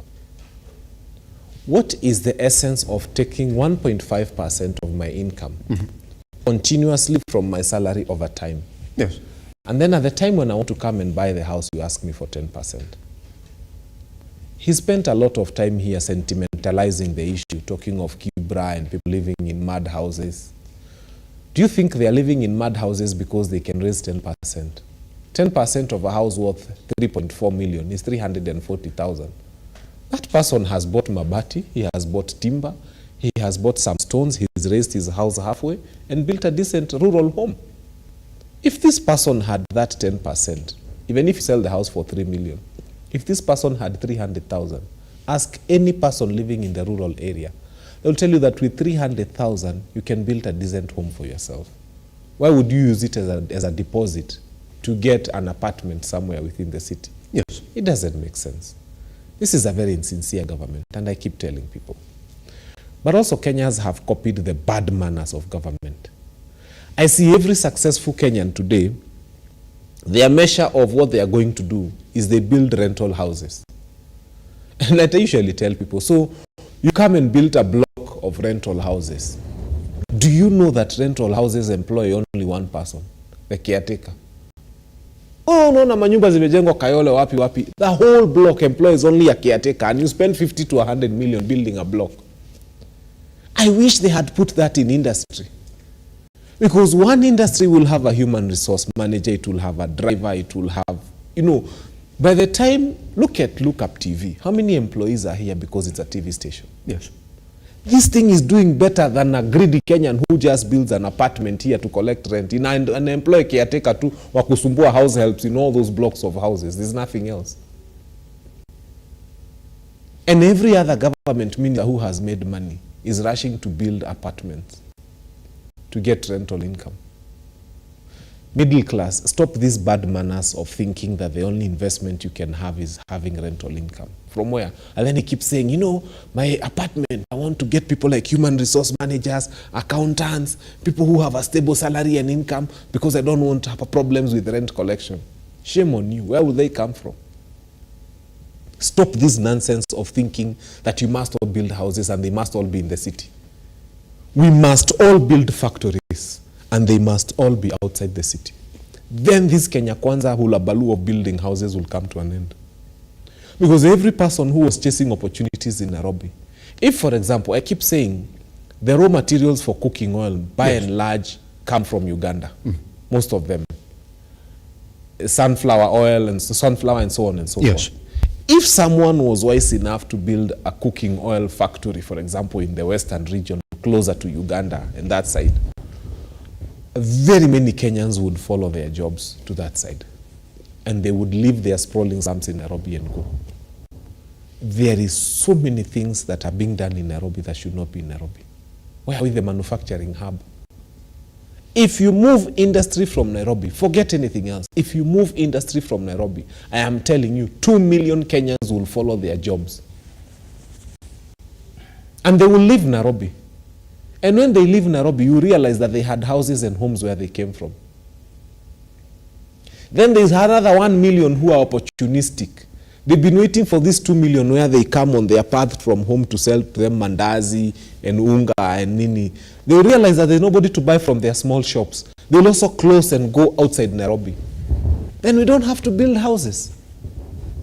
It's just a governance issue. If I was sitting in government today, I would be talking about how do we start encouraging Factory A to move from industrial area and go to a place like Machakos, which is probably closer to their raw materials. Transport is easier for them and so on and so forth. I know one bottle manufacturing company that employs 2,000 people. One. I know it. And that bottle manufacturing company in industrial area, nothing works for them there. Even their raw materials don't come from industrial area. And their customers don't come in industrial area. It's a headache for them to be there. If we were to encourage that, 2,000 people, if they moved out of Nairobi with their families, do you know how much it would cost to build 2,000 units for those people? So what we need to do is to start relocating factories. Anyway, we get people without brains and put them in places where brains are needed. And then we start wondering why things are not happening or why things are happening differently. I keep advising government for nothing and I don't get anything for advising them. This is not the time to build houses. This is the time to start putting up factories where they are needed and to start addressing doctor strike, because that is what is affecting Kenya. And we're going to Hizi come nyumba back. za Kenya Kwanza hata hazitusaidii. Yes, and we're going to come back to that. Yes, as you get your numbers ready, because I just want to give you 2 minutes each, Prof, and we're going to come back with you as well, so you can extrapolate your points as well. I want to point you out to this direction as well, that the court said there was no proper public participation. We went back and did public participation. there's no thresholds of public participation in a constitution that you can actually measure public participation under. There's none, so you can only really question that end. Number two, they came back and amended 49 amendments. That's a lot of amendments in that particular bill. But I want you to listen to this. The fines for misappropriation of the affordable housing funds have also been made more punitive under this new amendments. This, we've seen people being arraigned for serious crimes such as misappropriation of $1 billion shillings, and they get a fine of 1 million. So that means that if all of us had the opportunity, you rather steal and pay a small fine. They've said in this, you're going to be fined more if you misappropriate those funds. Other amendments included institutional housing projects that were supposed to look at TVETs and other institutions do not have proper housing, that this particular money is supposed to come in and help sort. That we can't sit here now and imagine that Linda Jamii probably is going to go to court, because this one has gone through public participation, it's gone through these amendments. It's not the very first time that's appearing in court. It's going to be the third if we are counting since we started talking about this housing levy. What would make you go to court? Under what premise, Prof, are you going to go back to court? Because these are issues that the courts wanted addressed. Are you happy with the way they have been addressed? Because the government only went and addressed the ones that the courts made notes on. They didn't say it's unconstitutional. They said, no, you can do whatever it is that you want, but just make sure it ticks in these places. They had notebook they're reading from, and they have ticked it. Prof, so you go to court under what premise? So, Simba, let me tell you something. And I believe there is what we call divine law. And you know that one of my degrees is in theology. And I'm also a very strong Catholic church. My father was a catechist. I'm almost a priest. I missed priesthood by 3 months. So I understand religion very well. Simba, do you know why the 10 commandments are all written in negative? Do you know why? Because God wants to give us freedom. The 10 commandments are not prescriptive. God does not tell you how to do this, do that. God, they have a Bill of Rights, isn't it? But you have a right to life, isn't it? So the fact that you have rights of life, because he's talking about now right to housing, I don't know, sanitation and all of this, he's talking about, isn't it? How comes that there are other rights that Kenya Kwanza is not focusing on, but only picking on housing? For example, I want to remind you, there's right to education, isn't it? Look at our kids who are suffering without school fees. How many are all Kenyans in school who are supposed to be in school? And Kibaki put money first on a child's head, because I can tell you a little bit. Let me just allow me to tell you the history of Kibaki that made Kibaki talk about free education. Kibaki grew up in Nyeri. His brothers and him were herding goats for his father. Yes. So when the white men started building churches, Kibaki was amazed by how you can take stones and put cement in between them and it becomes a building. He was amazed by that. So he used to skip going to watch the goats and watch how they build houses. So he was amazed by that. His father found him doing it. His father said, "Stupid son. So now that you are with these white people, I'll stop you from looking after my goats and won't inherit my goats." So then Kibaki started seeing them building a school. Then Kibaki started schooling. And Kibaki said, with the education that took him to Makerere and made him a professor in Makerere University, that's what opened up his world, that became a finance minister and became president. He said that when I'm president, I will ensure every child is given a chance to go to school. This William Ruto that is now talking about houses, Kibaki did not tell them to build the house that Wazungos were building houses, but he said that when you get education, you can become whatever you want to become. Did Kibaki own a house? Yes, he owned a house. But what took him to owning a house? Education. So right to education is there. There's right to health. Doctors are on strike now, isn't it? So why are they pursuing right to health? Health kills you. Not having health care kills you quicker than not having a house, isn't it? There's right to life, isn't it? Some kids have died in Taru, isn't it? Have they analyzed what has caused those things? The president said he has a sword that he can use to cut people, not mboga, isn't it? which means going against people's rights to life, which is essential. Without right to life, you literally have no any other right to enjoy. Is there any right you can enjoy without life? How many Kenyans are dying of diarrhea? Diarrhea is still killing people in Kenya while you want to build for people houses. The Kenya Kwanza government is a government that has misplaced priorities, and their priorities are more of individual self-beneficial priorities rather than national priorities. Because Vision 2030 is the blueprint for Kenya, isn't it? Where has it envisaged that? So when I'm talking about the issue of, let me go to answer your question now directly. That's it, Prof.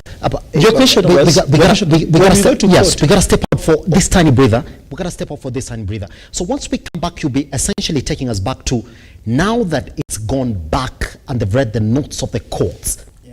Why are you going back to court again on our premise? Once we come back right here on the morning drift, we come back with a prof telling us why it will go back to the courts, since the members of parliament this time around were reading from the courts notes themselves.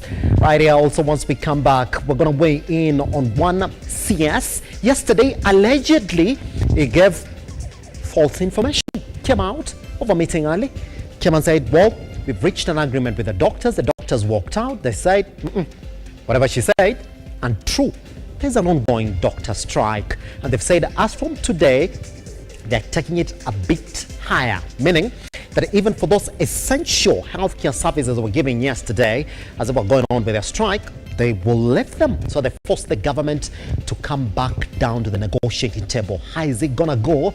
And the people are saying, look here, that Raila, being the AU Commission Chair, is heavier than him being the President of the Republic of Kenya.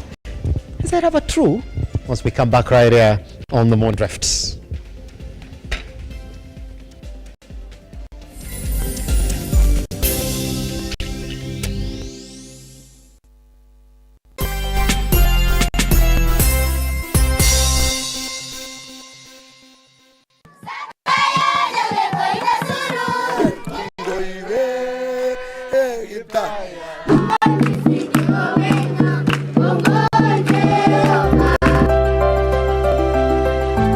Tuko hapa Kaptara, tunataka kusema asante sana RUTO Foundation kwa mambo mazuri ambayo wameweza kutufanyia leo. Wakaaji wa hapa Kaptara, wakaaji wa hapa Salawa, wakaaji wa hapa Mjukuo, mpaka wakaaji wote ambao wanatoka hapa Baringo County.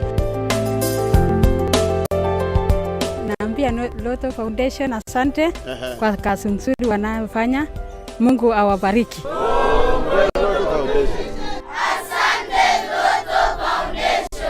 Every time you play Lotto, 25% goes to the RUTO Foundation, which supports our fellow Kenyans through various causes. Thank you for your help. Together, we are changing lives.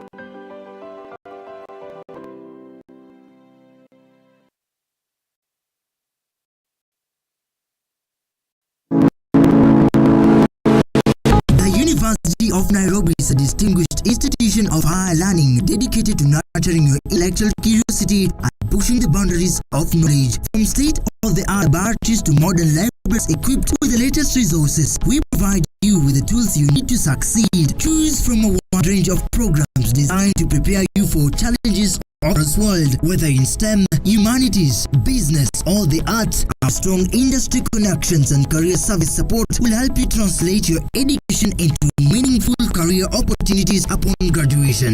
Join a vibrant community of scholars from around the world, fostering cultural exchange, collaboration, and lifelong friendships. Book your space now for September intakes. Log in to https://www.uonbi.ac.ke for a wide range of courses to choose from. You can also contact +254 020 491 0000 or email us at pr@ounbi.ac.ke.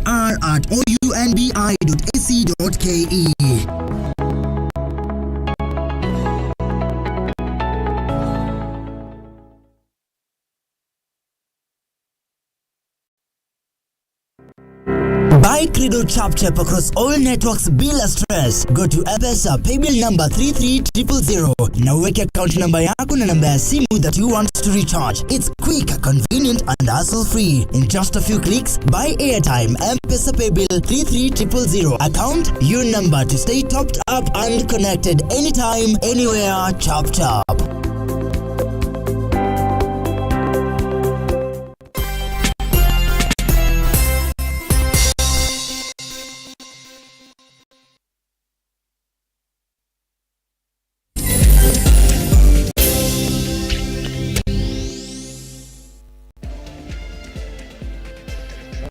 Taking the last round of our conversations this morning on this particular issue for the housing bill, by the way, which is going to be an housing act today.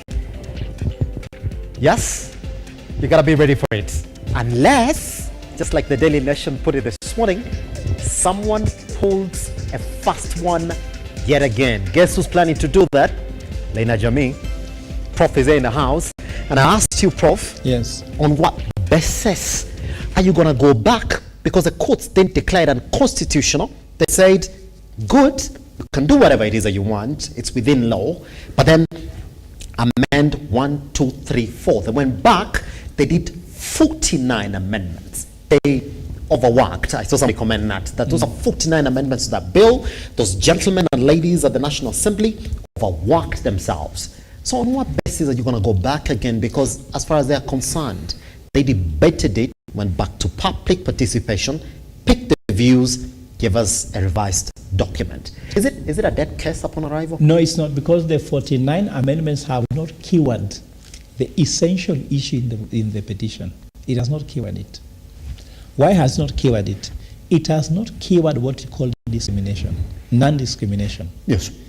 It is very clear that with that law, you cannot still collect house levy from 71% of the employed Kenyans. It's impossible. Yes. Because if they talk about 50, practically, operationally, impossible. The other question which was being raised, which was very essential, was how you are going to operationalize the housing itself. You know, there was just one thing, which was the smoking gun, which we threw. Leader Jamit threw the smoking gun into these people, and it worked. And I didn't finish my discussion by simply saying that, do you know the Lenten campaign? I'm a Catholic. The Lenten campaign now, the Catholic came out with the issue of the right to clean, safe, and adequate drinking water. That we have not even fulfilled, isn't it? Housing will need this water. So you are giving Kenyans houses before you even can be able to guarantee clean, safe drinking, adequate water. Do you know water is life? Do you know that 80% of your body is water? Yes. And we have not guaranteed ourselves that. So according to me, is that what will be needed to run in these houses, Kenya Kwanza have not thought about. They're talking about concrete. People will supply concrete, will supply the metals, isn't it? The iron sheet, among other materials. But the key essential thing is that people must drink water in these houses. You cannot give us toilet and there's no water for flushing toilets. We live here in Lavington, Kilaleshwa. Always there's no water. Now, if you ensure that everywhere you are building apartments, where is the water going to come from? The Nairobi Water Company is completely the most inefficient one because no one is paying them, including status, like I told you. So the non-discrimination has not been cured. Then the second thing is the tax burden. You cannot have around 29% of Kenyans carrying the tax burden and the benefits are shared equally. You get my point?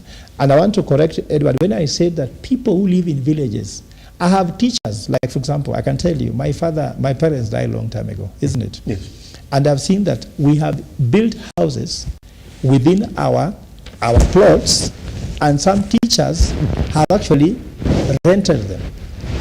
But some teachers also live in houses which they have built in their own home using them, and they are permanent houses, much better than what Kenya Kwanza want to build for them. Now, why should I, after building my own permanent house, much better than the one that Kenya Kwanza want to build for me, again, you tax my money, then build for me a house? We have priests in Kenya who are professors in different universities, they live in communities. Their cemetery is even decided by the religious people. For example, if you're a priest, you don't get buried in your home. My brother is a priest. He lives in a parish. The day my brother will ever die, God forbid one day, I have no right to bury him in my home. He'll be buried in the Assents cemetery. So someone who lives in a parish, which has got already a parish house, who will be buried in the cemetery, you are deducting his money because the professor somewhere, so that he can be able to build a house for who? So there are some people being deducted who do not need the houses. In fact, by logic, they'll never need houses except if there's another life apart from this current life we have. So why should you deduct that? We are going to ask those questions in court. You'll discover again there'll be an issue. Because if you don't need a house, have this act stated for those who need a house. Because if you cannot gain a right you already have, like you are married saying, I have a right to marry, you are married already. Why should the government again tax you? If the government wants to implement all, like I said before, all the rights, so many Kenyans are not married. Come with the marriage act, isn't it? Marriage levy, let us get guys getting married. Let us come with the levy for water. Let's come for a levy for health. And we have all those things, they're not fulfilling them. For me, my main concern, and I think the court has to prove to us, that mathematically, by amending these 49 amendments, yes, how much more money are coming compared to what was there before, and they cannot prove it. And then secondly, is it already, they fail to prove it because if you look at their projections, yes, they can't. They're just within the same band. At the same time, there's something very important here. Yes. They are talking about retrogressive. You missed that point. They say this act will start collecting money after it complies with law, isn't it? So they collected money from Kenyans before, isn't it? Unlawfully. Are they refunding Kenyans that money and then begin afresh? You get my point? Because that's very critical. Because they're saying it's not going to apply retrogressively, meaning that you cannot say that the fact that it was unconstitutional before, yet money was collected. Now you begin, when the act is in place, you start collecting from now going forward, but forget the money you've collected before. So we want to go to court to look for a refund of that money which was collected unconstitutionally. And ask you a question here which we didn't answer. The reason why our Catholic Church, even Christians, the Ten Commandments are always negative, was telling you, you have freedom. So we, Kenya Kwanza, are not being told not to build houses. But we are being told, do not build houses through the house levy. Like, for example, you have, God says, do not steal. Do not steal means that God knows you have rights, you need to eat, isn't it? So God said don't steal, meaning that you can eat, but you have to work hard, then you can eat. God says do not fornicate. God knows you want to have children, or maybe you want to make love, isn't it? You can make love, but under marriage. You get my point? God says do not worship another God, isn't it? Meaning that you can worship, yes, but you cannot worship another God apart from me. God says that you can do anything. You can talk to your parents. You can disagree with them, but do not disobey your parents. Yes. You can disagree with your parents. You can also give your suggestions. Even God and Abraham were debating. If you only find 100 people in Sodom and Gomorrah, will you destroy it? God says no. So we can also discuss with God, but you cannot disobey God. So if God, our maker, who can switch off your air now and you die, has given us freedom to do what we want. What of a head of state? Is William Ruto thinking is more powerful than God? Is Kenya Kwanza more powerful than the kingdom of God? So if these people think that freedom that God has given to us, they want to take away from us, why don't God take away their freedom also? God has given them free life, even to criticize him, even to punish us with taxes. Why don't they also obey that? They also have to give Kenyans the very freedom God gave them. In fact, the origin of all laws is divine law from God. Then you have national law. Is when you have legal laws. So why can we make legal laws tougher than even laws from God? Pretty much. Gedaiga, just as we take closing statements on this particular issue, there are other issues that I want us to look at this morning. Now I want you to listen to this.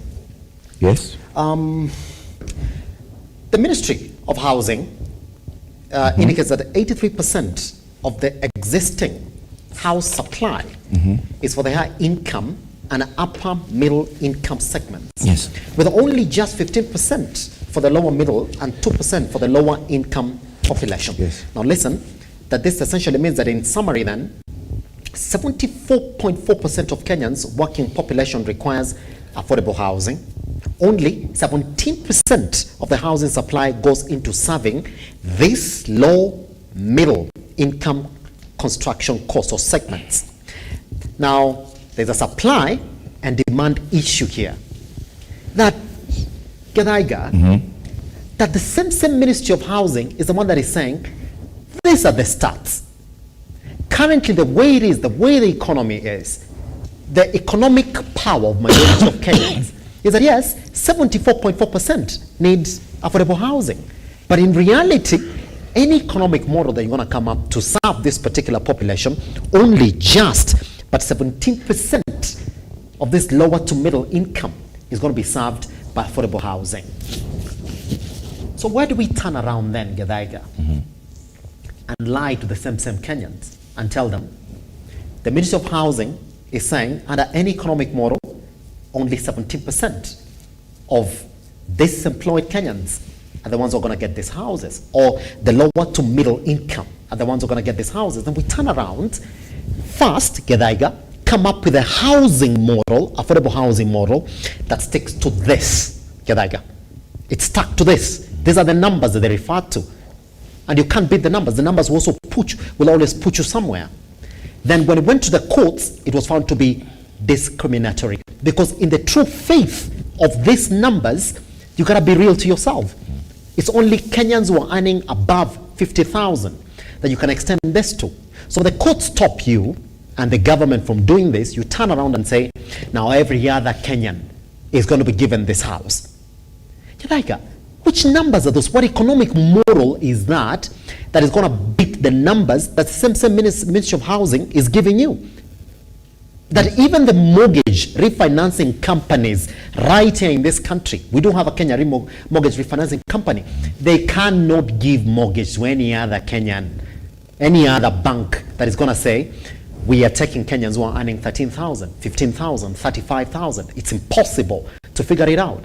So why do we turn around and then lie? The hustlers this time around, the border guys this time around, who the banks don't figure, who the Ministry of Housing don't have in their stats. Exactly. That these houses are theirs. So yes. Which numbers are those that you're relying on? Like I said before, and I'll still stand by the same thing. That's it. You guys on the opposite side, there's been discrimination. Look at the number of people who are bankable in this country. How many people have bank accounts? That's why you see those people are left outside the bracket. That's why you see even the mortgage companies, they don't recognize these people. They discriminate on them. Majority of the youth who are 70% are discriminated on the mortgage financing, housing financing. And that is why the government has come with an affirmative action. And I will stand firm on that. And I also want to point out that this did not drop from the moon or the sky. We have Kenya Vision 2030 that has provided that access, because we want to get Kenya to a middle income country by 2030, which is a tough call because of so many other factors. However, production of housing units in slums have to continue. Implementation of strategic development and investment plans have to continue. That's what the Vision 2030 provides. His Excellency the President and Kenya Kwanza government actually are following Vision 2030, because Vision 2030 clearly dictates that we are supposed to have 200,000 units per year to be constructed. That is what the Vision 2030. And I would like to correct my professor, and I have nothing personal with him. It's just a debate. That is what the Vision 20, because he said here the Vision 2030 has not envisioned this. My professor, please read the Vision 2030 again. Yes. Then we move on swiftly. Housing finance. The Vision 2030 provides that the government has to provide housing finance or funding mechanism. So therefore, going by the rates of our debts that we have, it would be wrong for Kenya to go and borrow money for building houses. We ourselves have to build those houses for us.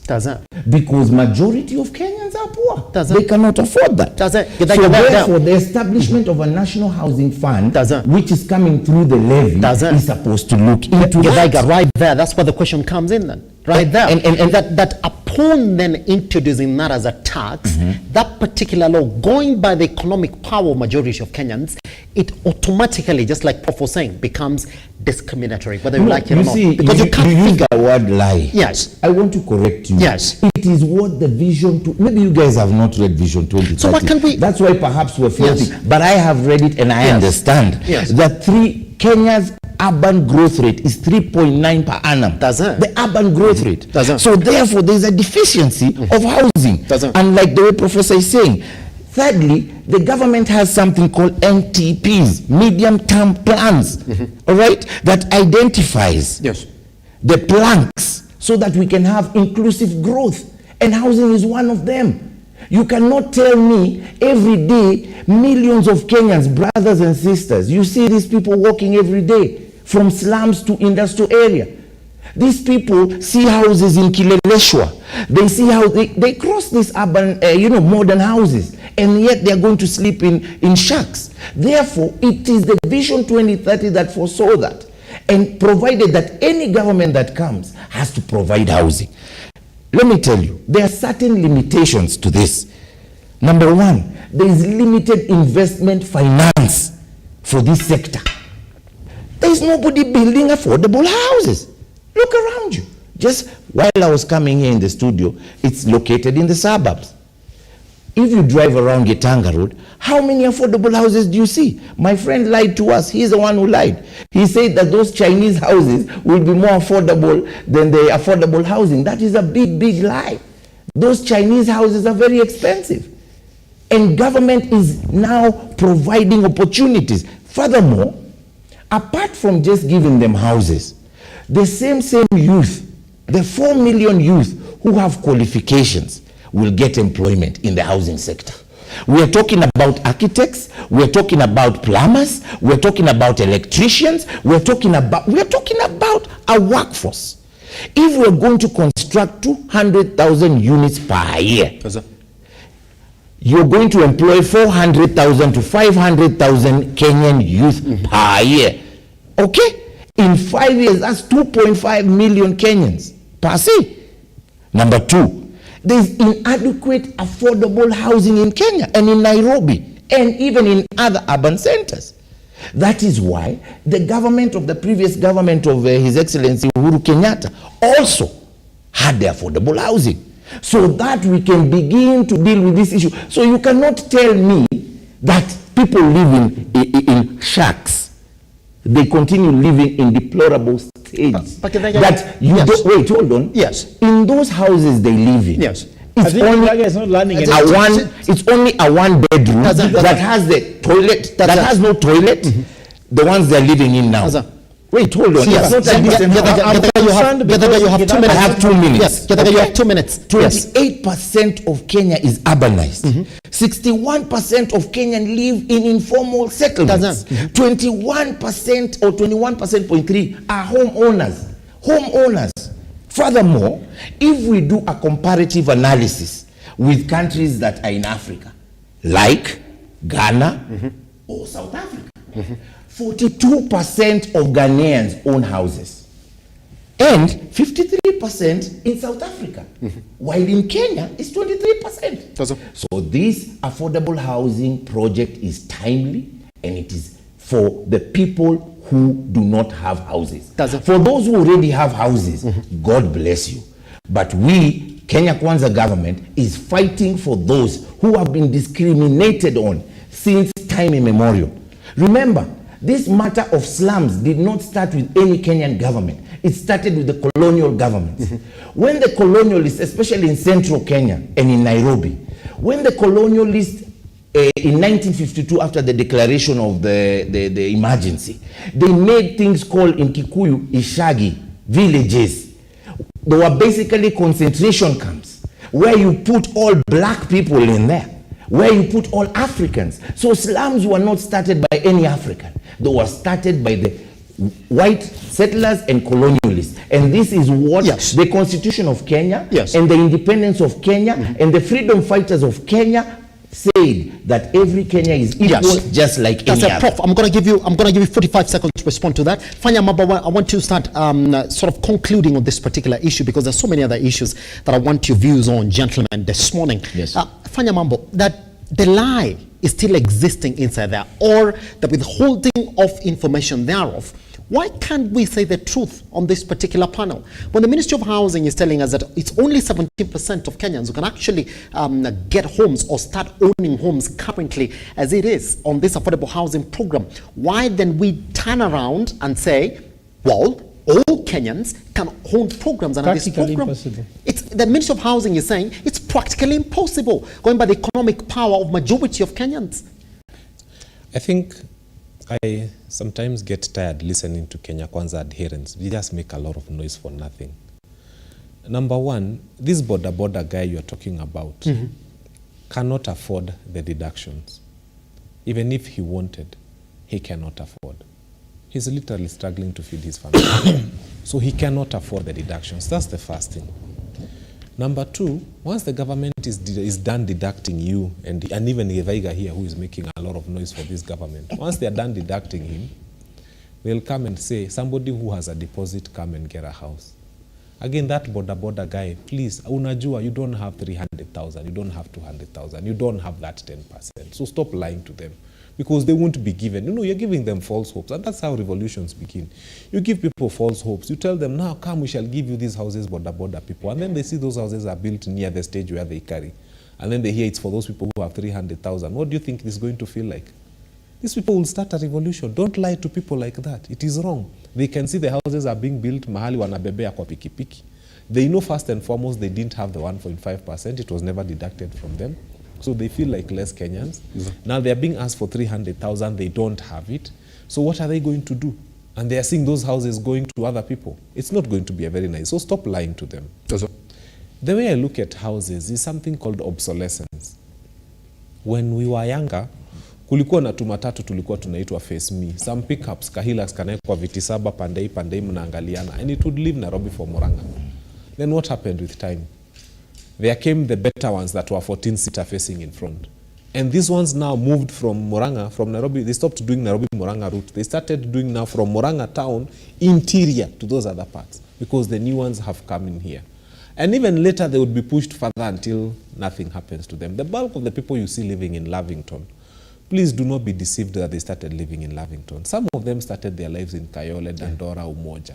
And with time, they've been able to move to the leafy suburbs, and they are here in their 50s. Okay? True. So stop punishing them. What we just need to do is to accept the fact that even these people who are beginning life, they will not begin in very ideal circumstances. Some of them come begin in Kibera, they move to Umoja, Kayole, Dandora, they come rising. The next thing you know, they are here in Lavington. So that is the same thing that will happen with houses. Obsolescence will work, and it works everywhere. Yes. People leave what they have for upgrade. Even cars. People start with like a small car before you know, nobody just wakes up and tomorrow morning they have a brand new Mercedes. And unless you are stealing or you've just been employed in this government. Now, when they tell us that they've employed youth in the housing sector, I keep telling them, did we have to build houses for us to create employment in this country? And the answer is no. There's a lot we can do to be able to employ our young people. It doesn't have to be construction of houses. It's a very expensive endeavor to do that. I mean, what we need is to stop importation of things that Kenya can manufacture. If we cannot make a handkerchief 50 years after independence, and we are trying to look for employment for our young people through construction of houses, whereas making toothpicks and handkerchiefs is very easy, just by banning importation of rubbish, and I call it rubbish. We can't make a bicycle 50 years after independence. We're importing a bicycle from China. So I keep saying that before you start thinking about saying that the housing project is for creating employment, all you need to do is to ban importation of things that Kenya can manufacture. 3.9% urban-rural migration, I agree. But why are you dealing with an urban migration issue by building houses? The issue is rural-urban migration. And what economies that have people who have brains do is to start us asking, what is this that is bringing people to Nairobi? And how do we take it closer to them? For example, the courts. For a long time, it used to take a lot of work to go to a court. There was no court near people. When you start building courts nearer the people, when you start making sure that the services that make people come to Nairobi are closer to them, when you start making sure, like now, the factories I was telling you are built in the rural areas, when you start moving universities from here to the rural areas, that's how you make sure that you deal with urban-rural migration. But you can't continue every other day you're wondering why people are coming to Nairobi. It's because opportunities have been concentrated here. Finally, 42% of Ghanaians own houses. Yes, they do. Why? Because government has made construction materials affordable to the people. The amount of tax on a bag of cement in this country is absolutely insane. Close to 40% of that bag of cement is taxes. When you make building materials affordable, Kenyans build their own houses. So you come here as a government, you want to tax everything, even the wheelbarrow. Na kwanza logo yenyu ni wheelbarrow. You want to tax everything, everything, hata musumari, and then you wonder why Kenyans are not building houses and Ghanaians are building houses. Those people are building houses because they don't have a greedy government that is making construction materials expensive. This is a country where construction materials is very expensive. So let's not have a conversation about the bad manners of government, because this is bad manners. You come and make cement expensive, then you wonder why Kenyans are not building. Yeah?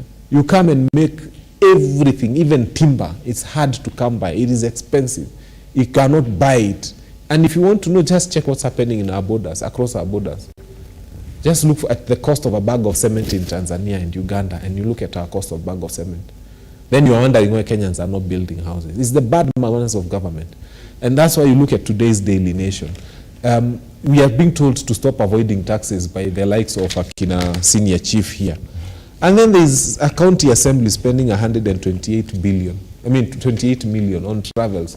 There's one trip, MCAs went 5 MCAs, they spent 22 million in one trip. Why would we want to pay government? Why would we want to pay taxes for such bad manners? Why would we want to pay taxes for such bad manners? To finance 5 MCAs to go and spend 22 million in a week? This is the bad manners of this government that we are telling you. Yes, we want to give you taxes, and I'm not telling Kenyans not to pay taxes. Yes, but as they pay, and then they come and read the daily newspapers and find that there's 5 MCAs who spent 22 million in 1 week. Yes. Those people should actually be in jail right now. So this is the bad man, and I can't blame them. They have learned from State House. State House overshot its budget on travel by 447 million, again by control of budget. There's a State House official who feels that traveling the world is so important. They spend more than 447 million on travel. And then you ask me why Kenyans have a problem paying taxes, and why now they are removing their pay bill and withdraw money from M-Pesa. It's because they feel there's horrible manners on the part of the government. That someone will spend 447. How many employees are in State House? It's bad manners. It's just horrible manners. And these are the things that make Kenyans apathetical to this government. Because if this government was showing concern, 447 million is 447 classrooms. Because our children, some of them are still studying in very deplorable conditions. So, but that money is going where? In the air. Yeah? So unless Kenya Kwanza stops these bad manners, Kenyans will have a problem paying taxes. And I'm not telling people not to pay. You pay your taxes. But remember, MCAs will spend 22 million in a week. You pay your taxes and State House will blow 447 million in 6 months just traveling. Pay your taxes. I encourage you, pay. But that's where your money will go to. And you ask them now, we have a problem, a serious crisis. Our doctors are on strike. If you allow me to begin there. In fact, that's exactly our what doctors are on strike. Yes. But the Kenya Kwanza administration is hell-bent on giving us houses. You are unhealthy, you are sick, you can't even swallow malaria tablets, and someone is telling you about a house. The priorities for this government are upside down. And probably what the doctors are asking so is very little. Some of those hospitals are in such deplorable conditions. They don't... 4.8 billion. Yes. And kuna mtu anaekewa curtains za 10 million. Na hospitali haina curtain, haina hata syringe, haina hata sindano. What is 4.8 billion? I mean, seriously, let's have a conversation as a country. Look at where Kenya Kwanza is spending their money. And ask yourself seriously, what is 4.8 billion? If I was president, I would stop everything and give the health sector 10 billion more. What is 4.8 billion? as a country, Kenya, right now. And you know why we are having that problem? I'll tell you. Your member of parliament, whom we pay for their medical cover, by the way, is covered to the tune of 10 million. That if my MP became sick today, he can go to any private hospital and spend up to a ceiling of 10 million with his family. Yes. Okay? But Wanjiko, who is paying, anapatiwa something, sasa wamebadilisha NHIF, wanaipatia kajina kengine, sijui hata kanaitwa nini. That Wanjiko is supposed to only go to public hospitals and mission hospitals and level 3, level 4 hospitals. Kule hakuna madawa, kwenye kuna strike, kwenye watu wana share beds. That's where you and me and every other Wanjiko are supposed to go to. But the person for whom we are paying their medical cover has a cover of 10 million. That's one law that must be changed. Unfortunately, it can only be changed in parliament. That's why it will never be changed. And I want that law to read that no public officer shall go to a private hospital with our money. I am telling you, watalala wakipaka Kenyatta National Hospital rangi. Wakisikia MPs can only go to Kenyatta National Hospital. Their card does not qualify for Aga Khan. It doesn't qualify for Nairobi. It doesn't qualify for for Karen Hospital. It qualifies for London. The minute they change that law, and we say sisi kama wa Kenya tutaenda kwa barabara so that the MP card only qualifies for Kenyatta National Hospital and mission hospitals and level 4 hospitals. I'm telling you, those hospitals will be painted day and night. And all the facilities will be put in there day and night. Shida ni kwamba they are thoroughly cushioned from the effects of these bad things that happen to Kenyans, and that's why they don't feel us. Na mimi nasema, surely 4.8 billion, let us stop everything. Let us stop all the president's trips. Let us stop all the MCA's trips. Yes. And let us put, hata hii pesa ya Haiti, tuchukue, hatutaenda, tuchukue hiyo pesa yote tupatie madaktari. It's a lot of money. And then we tell the US to do whatever they want to do. We put our money in doctors, but we are not going to do that. Our priority should be the health of our people. If I am in my house and God forbid one of my children is unwell, I can't do anything else. I'll even tell my boss, wacha kazi ikae. I will not come to work if my child is sick. But here we have a country where our father wakes up and decides, you're sick, it's okay, I'm going for a trip to London. You're sick, it's okay, I'm going for another international trip. You're sick, it's okay. Why is it okay when a nation is sick, but a nation needs houses? Prof, yes. I'm going to come to you now. Just put a final summary on that particular issue for housing. And I want to take 3 minutes on this particular one. Because here it is. If you look at where we are in terms of house ownership, especially in the urban centers, we do have 21.3% of Kenyans that are homeowners in the urban centers, which essentially is as close as it can get to those Ministry of Housing Statistics that say that if you're going to target this particular cadre of Kenyans, then around 17.4% of Kenyans are the ones that will be onboarded onto this particular program, which is less or maybe 3.4% of what the home ownership figures are in the urban centers in the country. That there is withholding of information. That in reality, the ones that we're still targeting for this program are this. No wonder the projections are still the same. I mean, the biggest projection they have is 78 billion, not now, in the 2025-2026 financial year. But if you look at what they're targeting currently as it is, it's just 74 billion, which is a 4 billion away from what it was. Yeah. Is that a lie? Yeah, the lie here is that, first of all, SIMBA, how many houses have been targeted in affordable housing project? 500,000 houses, isn't it? Can you build 500,000 houses with 90 billion? It cannot be possible, mathematically. Even if it's 250,000, I've done my maths, it's impossible. Then what I had a PS saying that they'll take this money, your collective affordable housing, and put in the money market so that it can grow, then build. So when are they going to build the houses? No, they're going to start building. Then they're saying what will happen is that this is now what they are calling it a guarantee fund.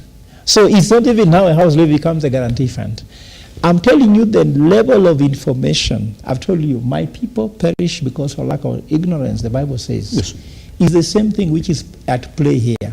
So even the truth is not clear. The PS was on television. Why were they asking him the question? 90 billion shillings. Can it build 500,000 houses, it cannot build. Even if you talk about the now talk about 500,000, what's the deficit number we're talking about here? Forget about how many Kenyans need houses to live in their own. We are 53 million Kenyans, isn't it? So even 500,000 is a drop in the ocean, isn't it? Isn't it? If only 21% of Kenyans own houses in Nairobi, if you talk about now, that means that maybe around only 25% of Kenyans own houses. Yeah. So it means that 75% of Kenyans, or 53 million, don't have houses, isn't it? So we are sure that we need over 30 million houses, isn't it? Can you build 30 million houses with the 90 billion shillings? Is impossible. Where is that money? So all these things that are about a right is not even going to work. It will still remain discriminatory. That some people will get, others won't. Another thing to tell them, I'm going to court. They talk about lottery, which means there'll be a lottery. Some people get, some won't get. It means still discriminatory.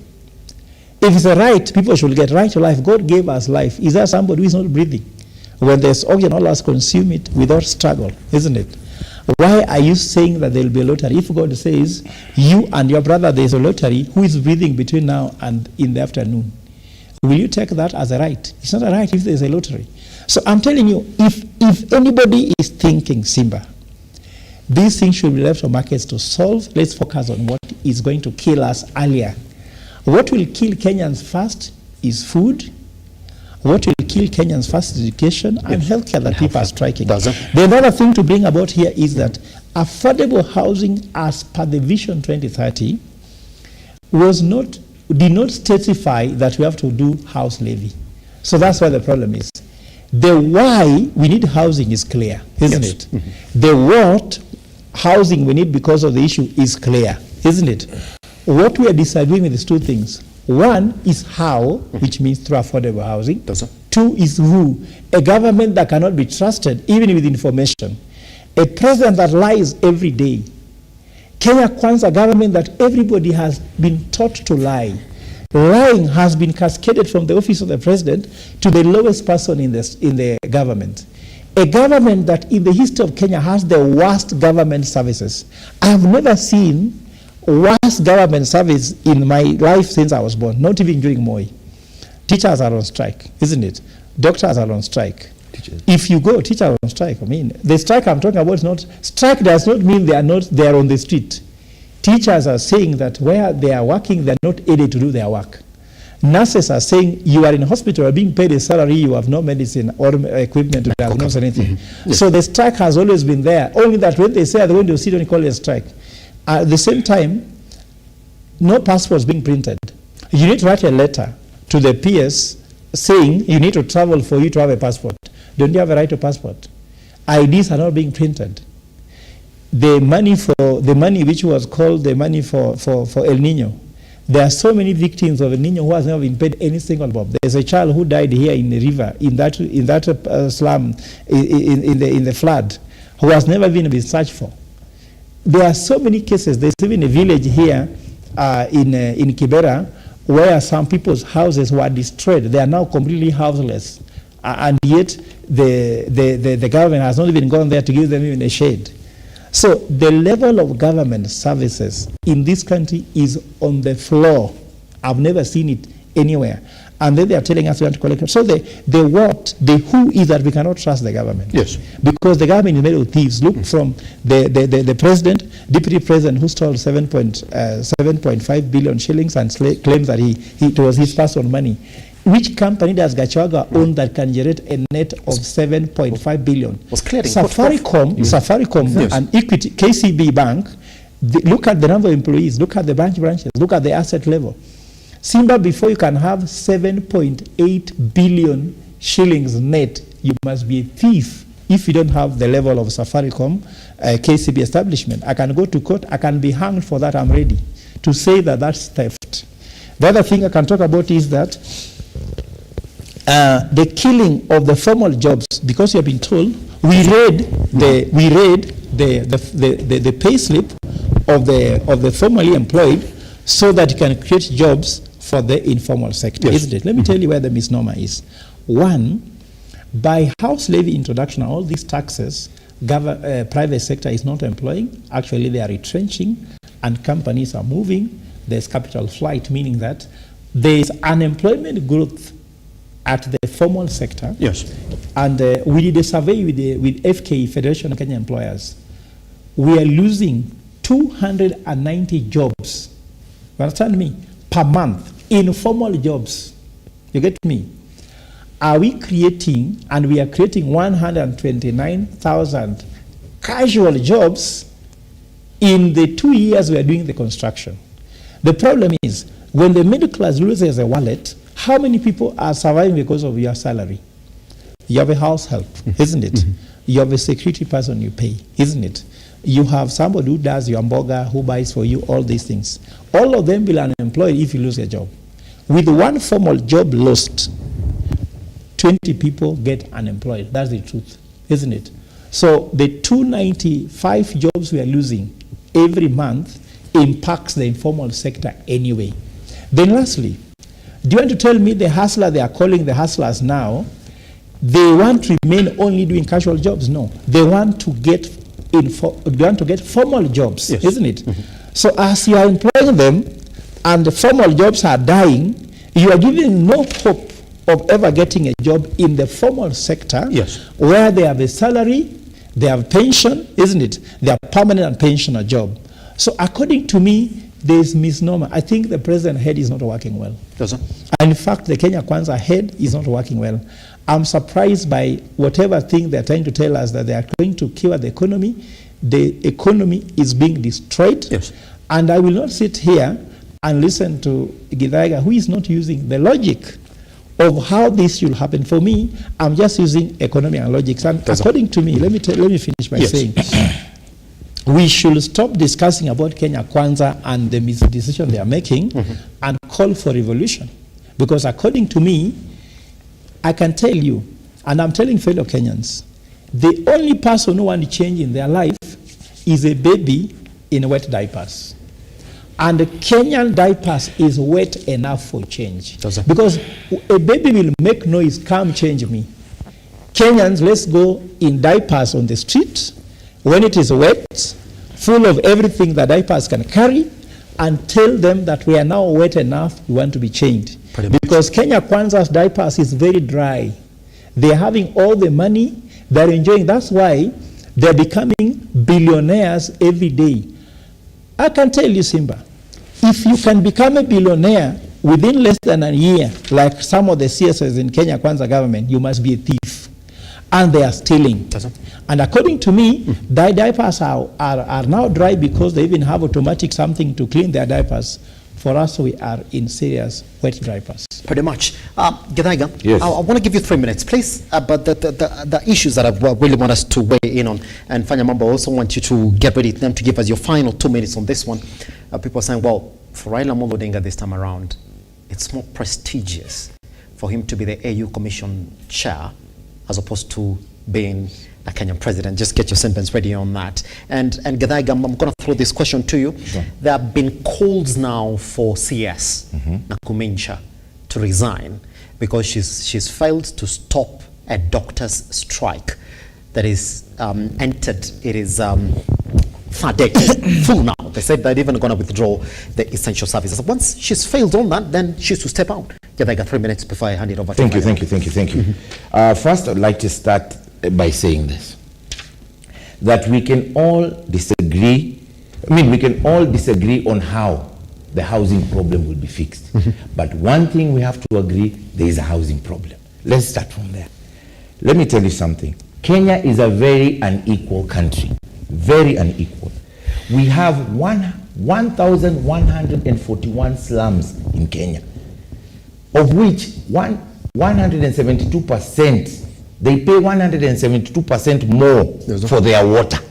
They pay 45% more. Those guys living in slums, they pay 172% more for water. They pay 45% more for electricity. Housing is a social right. We all have to understand it is your right to have a house. It is not a favor. Nobody is doing us a favor. It is our right. And we actually thank the Kenya Kwanza government and His Excellency William Samoei Ruto for taking this matter seriously. No matter what the naysayers say, no matter what the opposition says, Kenyans have to live in decent housing because Kenya is the most unequal country, even in East Africa. Majority of Kenyans walk to work. Come on, guys. Majority. Why do they walk to work? They walk to work because they cannot afford transport. They don't walk to work so that they can keep fit because they cannot afford transport. Majority of Kenyans live in rented houses or rentals. Why? Because they cannot afford housing. They cannot buy their own homes. Therefore, I don't know what logic Mr. Professor is saying we're not using logic. If that is not basic logic for Kenyans to deal with this matter for housing. Like I said earlier, we can disagree on how it's done, but because Kenya Kwanza is in government, we will follow up to our promise. In fact, what people are not understanding, the housing levy is there to help government build houses en masse, not in small quantities. 200,000 units being put up is massive. That's a massive project. And it's not just in Nairobi, it's all over the country. So there's no discrimination. It's not just in Nairobi, it's everywhere else. Everywhere else is going on. And remember, also this same affordable housing is employing the young people and women who are unemployed right now because of the economic situation. The mama bogas you're talking about, the people border borders, and also other youth and women. Furthermore, it is assisting the manufacturing industry. My brother here was saying, housing does not assist manufacturing industry. Where does cement come from? How many employees are employed in a cement company? Ask yourself. It does provide. Tiles, that simple tiles we have here, these are manufactured in Kenya. How many people are employed in that? So there's a value chain. What he doesn't know, maybe he knows, but he's probably not just wanting to say because he has to shoot Kenya Kwanza, is there's a value chain for housing. There's a value chain for housing construction. Yes. Chuma tu inatoka kwa company. Na hiyo company imeemploy. They are being imported. Number two. No. Those things are being imported. Coming from we are not fools here. Okay, I didn't interrupt you. They are being imported. Can I be protected? You have 1 minute. Yes, exactly. But they keep on, look at the Juakali sector. His Excellency the President says all doors, all windows, all everything will be done by the Juakali sector. So therefore, then the other thing I also want to point out, zero rating on the cost of the land. If you're an investor and you want to come and join this, the affordable housing infrastructure, the government will give you zero rating on the land so that you can make their house affordable. The reason why, and this man today is very anti-Kenyans who are in business. I don't understand it. He was earlier saying that ati CLA wa Kenya wanaenda kujenga manyumba huko. That is a right of every Kenyan to get into the business they need to. But however, ask those private sector Kenyans why they charge expensive. It's because they have to buy the land, right? So now, with the government affordable housing, you don't have to, okay? And that's exemption also in taxes. So therefore, I want to conclude by saying this housing matter before I talk about the doctor's strike. Yes.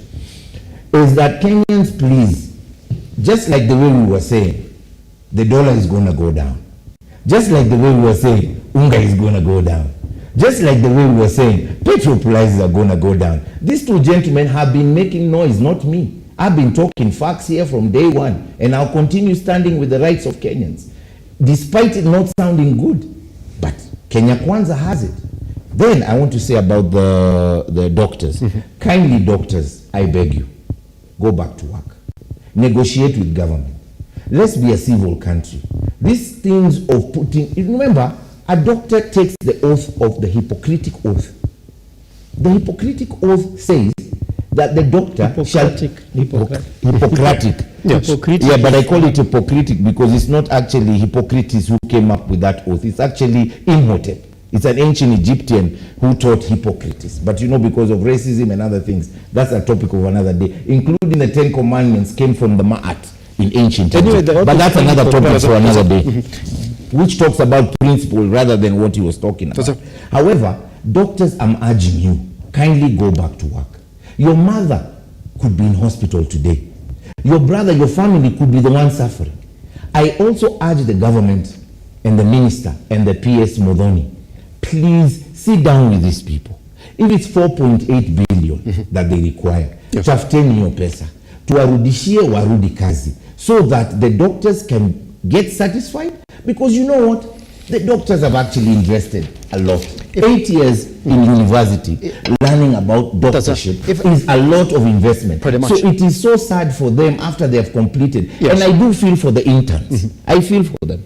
And indeed, I plead with my government. I plead with His Excellency. Kindly understand the level of these doctors and the role they play. So be fair and give them what they want so that we can move on. Just like the way you've dealt with every other matter. Deal with this matter conclusively so that we can move on. Just take 15 seconds and respond to this then.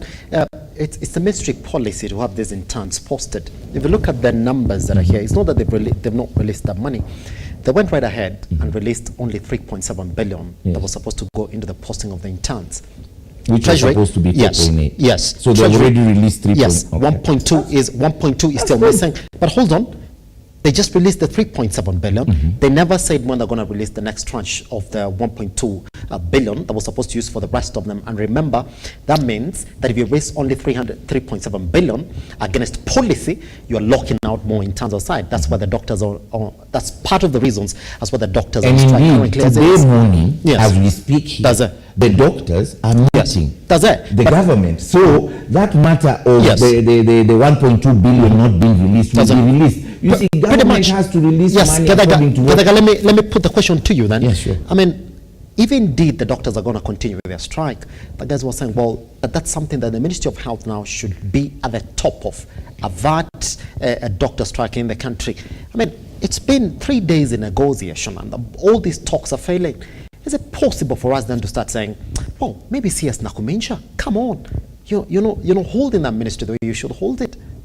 Do we have to wait for a strike when it's a government policy issue? Nakumincha is the best, one of the best performing CSs. I mean, look at just the community health promoters. Yes. That has never been recognized. She's been the one who's been behind it. Look at the SHIF, which is coming in. It is her who has been in it. And that is touching on the Mwananchi Uko ground. So let me tell you, indeed, this is something that has to be taken serious by the Kenya Kwanza government and has to be dealt with. This is not something we're going to debate about. The negotiation is currently going on. They are meeting the Ministry of Labor today to agree on the terms. They met Nakumincha and the PS yesterday, and now they're meeting because every sector has to go with the line ministry. But before I conclude, please, in 45 seconds. I want to correct my friend. Yes. The case against Rigathi Gachagua was dropped because you see what Kenyans don't understand. We had a president who was called Uhuru Muigai Kenyatta, who left the country with empty coffers. Hata ile panya inakuanga kwa kof haikuwa. And that is why Mr. Gachagua was charged on trumped up charges, because what he was doing is this, and he's very wise. And in fact, we should learn from Gachagua. What he was doing, he was putting his money in a fixed deposit account. Okay? Through a certain period where he earns his interest, he removes his interest, right, and returns the money. But because at that time there was state capture, His Excellency Uhuru Kenyatta wanted to destroy William Ruto and Rigathi Gachagua, they made up this case by adding that money that he was putting back again to 7.2. And that's what the judge says. It was thrown out. The prosecution threw it out because the Jubilee government... To earn interest of 7.5 billion shillings. That's on how much? Can I cross over to Fanya Mambo this morning? Yes, Fanya Mambo, the doctor strike is not an issue. And if you do listen to majority of the Kenya Kwanza members of parliament in the National House, they were saying it's not an issue of a surprise. These are policy matters that have not been affected by the Ministry of Health. That it's not a surprise of what the doctors are calling for. Policy necessitates that interns have to be posted, and they're not getting posted. That's why they're calling for the resignation of one CS, Nakumincha. Do they have a point? It's not a surprise.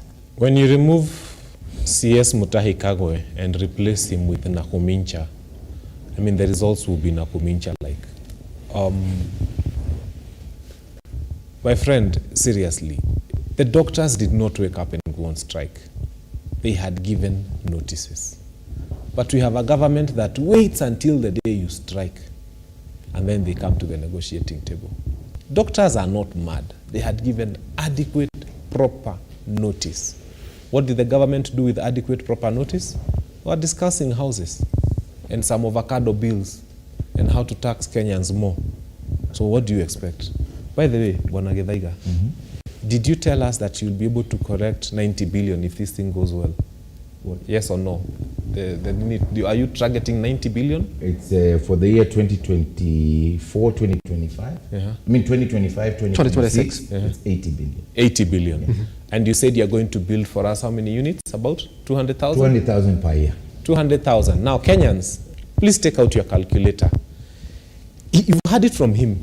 Take 80 billion, divide by 200,000. The Kenya Kwanza administration is about to perform magic. They are going to build for you houses at 400,000 per unit. Yes. Wait a minute. There is a house coming to you at 400,000, built by your money. But how much is the deposit? Have you heard of a house whose deposit is 10%, which is 40,000? Has any Kenyan heard of a house whose deposit is 40,000? That's why it's called affordable housing. Has any Kenyan heard of a house? Show us one for 40,000 and Kenyans will buy tomorrow. There is none. The least we've had in terms of deposits is 300,000. When you remove the cost of land, you can cost of land, this house is free. You took land from Kenyans for free. Exactly. But you grabbed Kenyans' land and built on it. Now, here you are, Kenyans, you see the lies of Kenya Kwanza. Either these houses are not 200,000 because it is not logically possible to build nyumba ya gorofa na ikuwe kuna unit in a cost 400,000. It hasn't happened. Even when you think about the toilets and the sinks alone, it cannot happen. So they come and throw figures at Kenyans because they believe Kenyans are foolish. Tumejenga 200,000 units. They are not 200,000 units anywhere. And it is not possible. And that's why I wanted it to come from his mouth. You know, they lie. Tell us which house in Kenya was built for 400,000. 45 seconds, Fanya Mama. Yes. No, just tell us there's a house somewhere that was built for 400,000. And if indeed you did build 200, you're going to build 200,000 shillings from our money, then all Kenyans nataka mujihami kila mtu na deposit ya 10%, which is 40,000. I want all of you to raise 40,000 and hold in your pocket. Hizi nyumba zikimalizika kila mpenya apange line aseme here is my 40,000, I want my unit. So you have to change the lie of 80 billion or change the lie of 200,000 units. Yes. Because no, you cannot tell us you've collected 80 billion with your own mouth. And then you tell us you're building 200,000 units with your own mouth. And then you tell us that is within a year in your own mouth. But now when we do the math, let him why are we not being allowed to do maths? We're intelligent people. I have done the and then maths. when we do the maths, the unit comes to 400,000. And then the Kenyans are told now, what is 10% of 400,000? No, just tell us. 10% of 400,000 is 40,000. So I'm telling every Kenyan to come up with 40,000. No. Tupange line tuseme tunataka nyumba za Kenya Kwanza tuko na 40,000, which is 10% deposit. Because we are supposed to have 10% deposit. So every Kenyan should have 40,000 na tupange line. Na tuseme tuko na 40,000. Mulisema 80 billion, we've done the maths. 200,000 units, so it's 400,000, that is correct. Now we have 40,000 each of us, we want a unit each of us. You must give us. Let us see what they are going to do. Guess what? Proper conversations around this particular issue. I'm telling you, because that's a spanner to the wheel. Because indeed, but he's lying.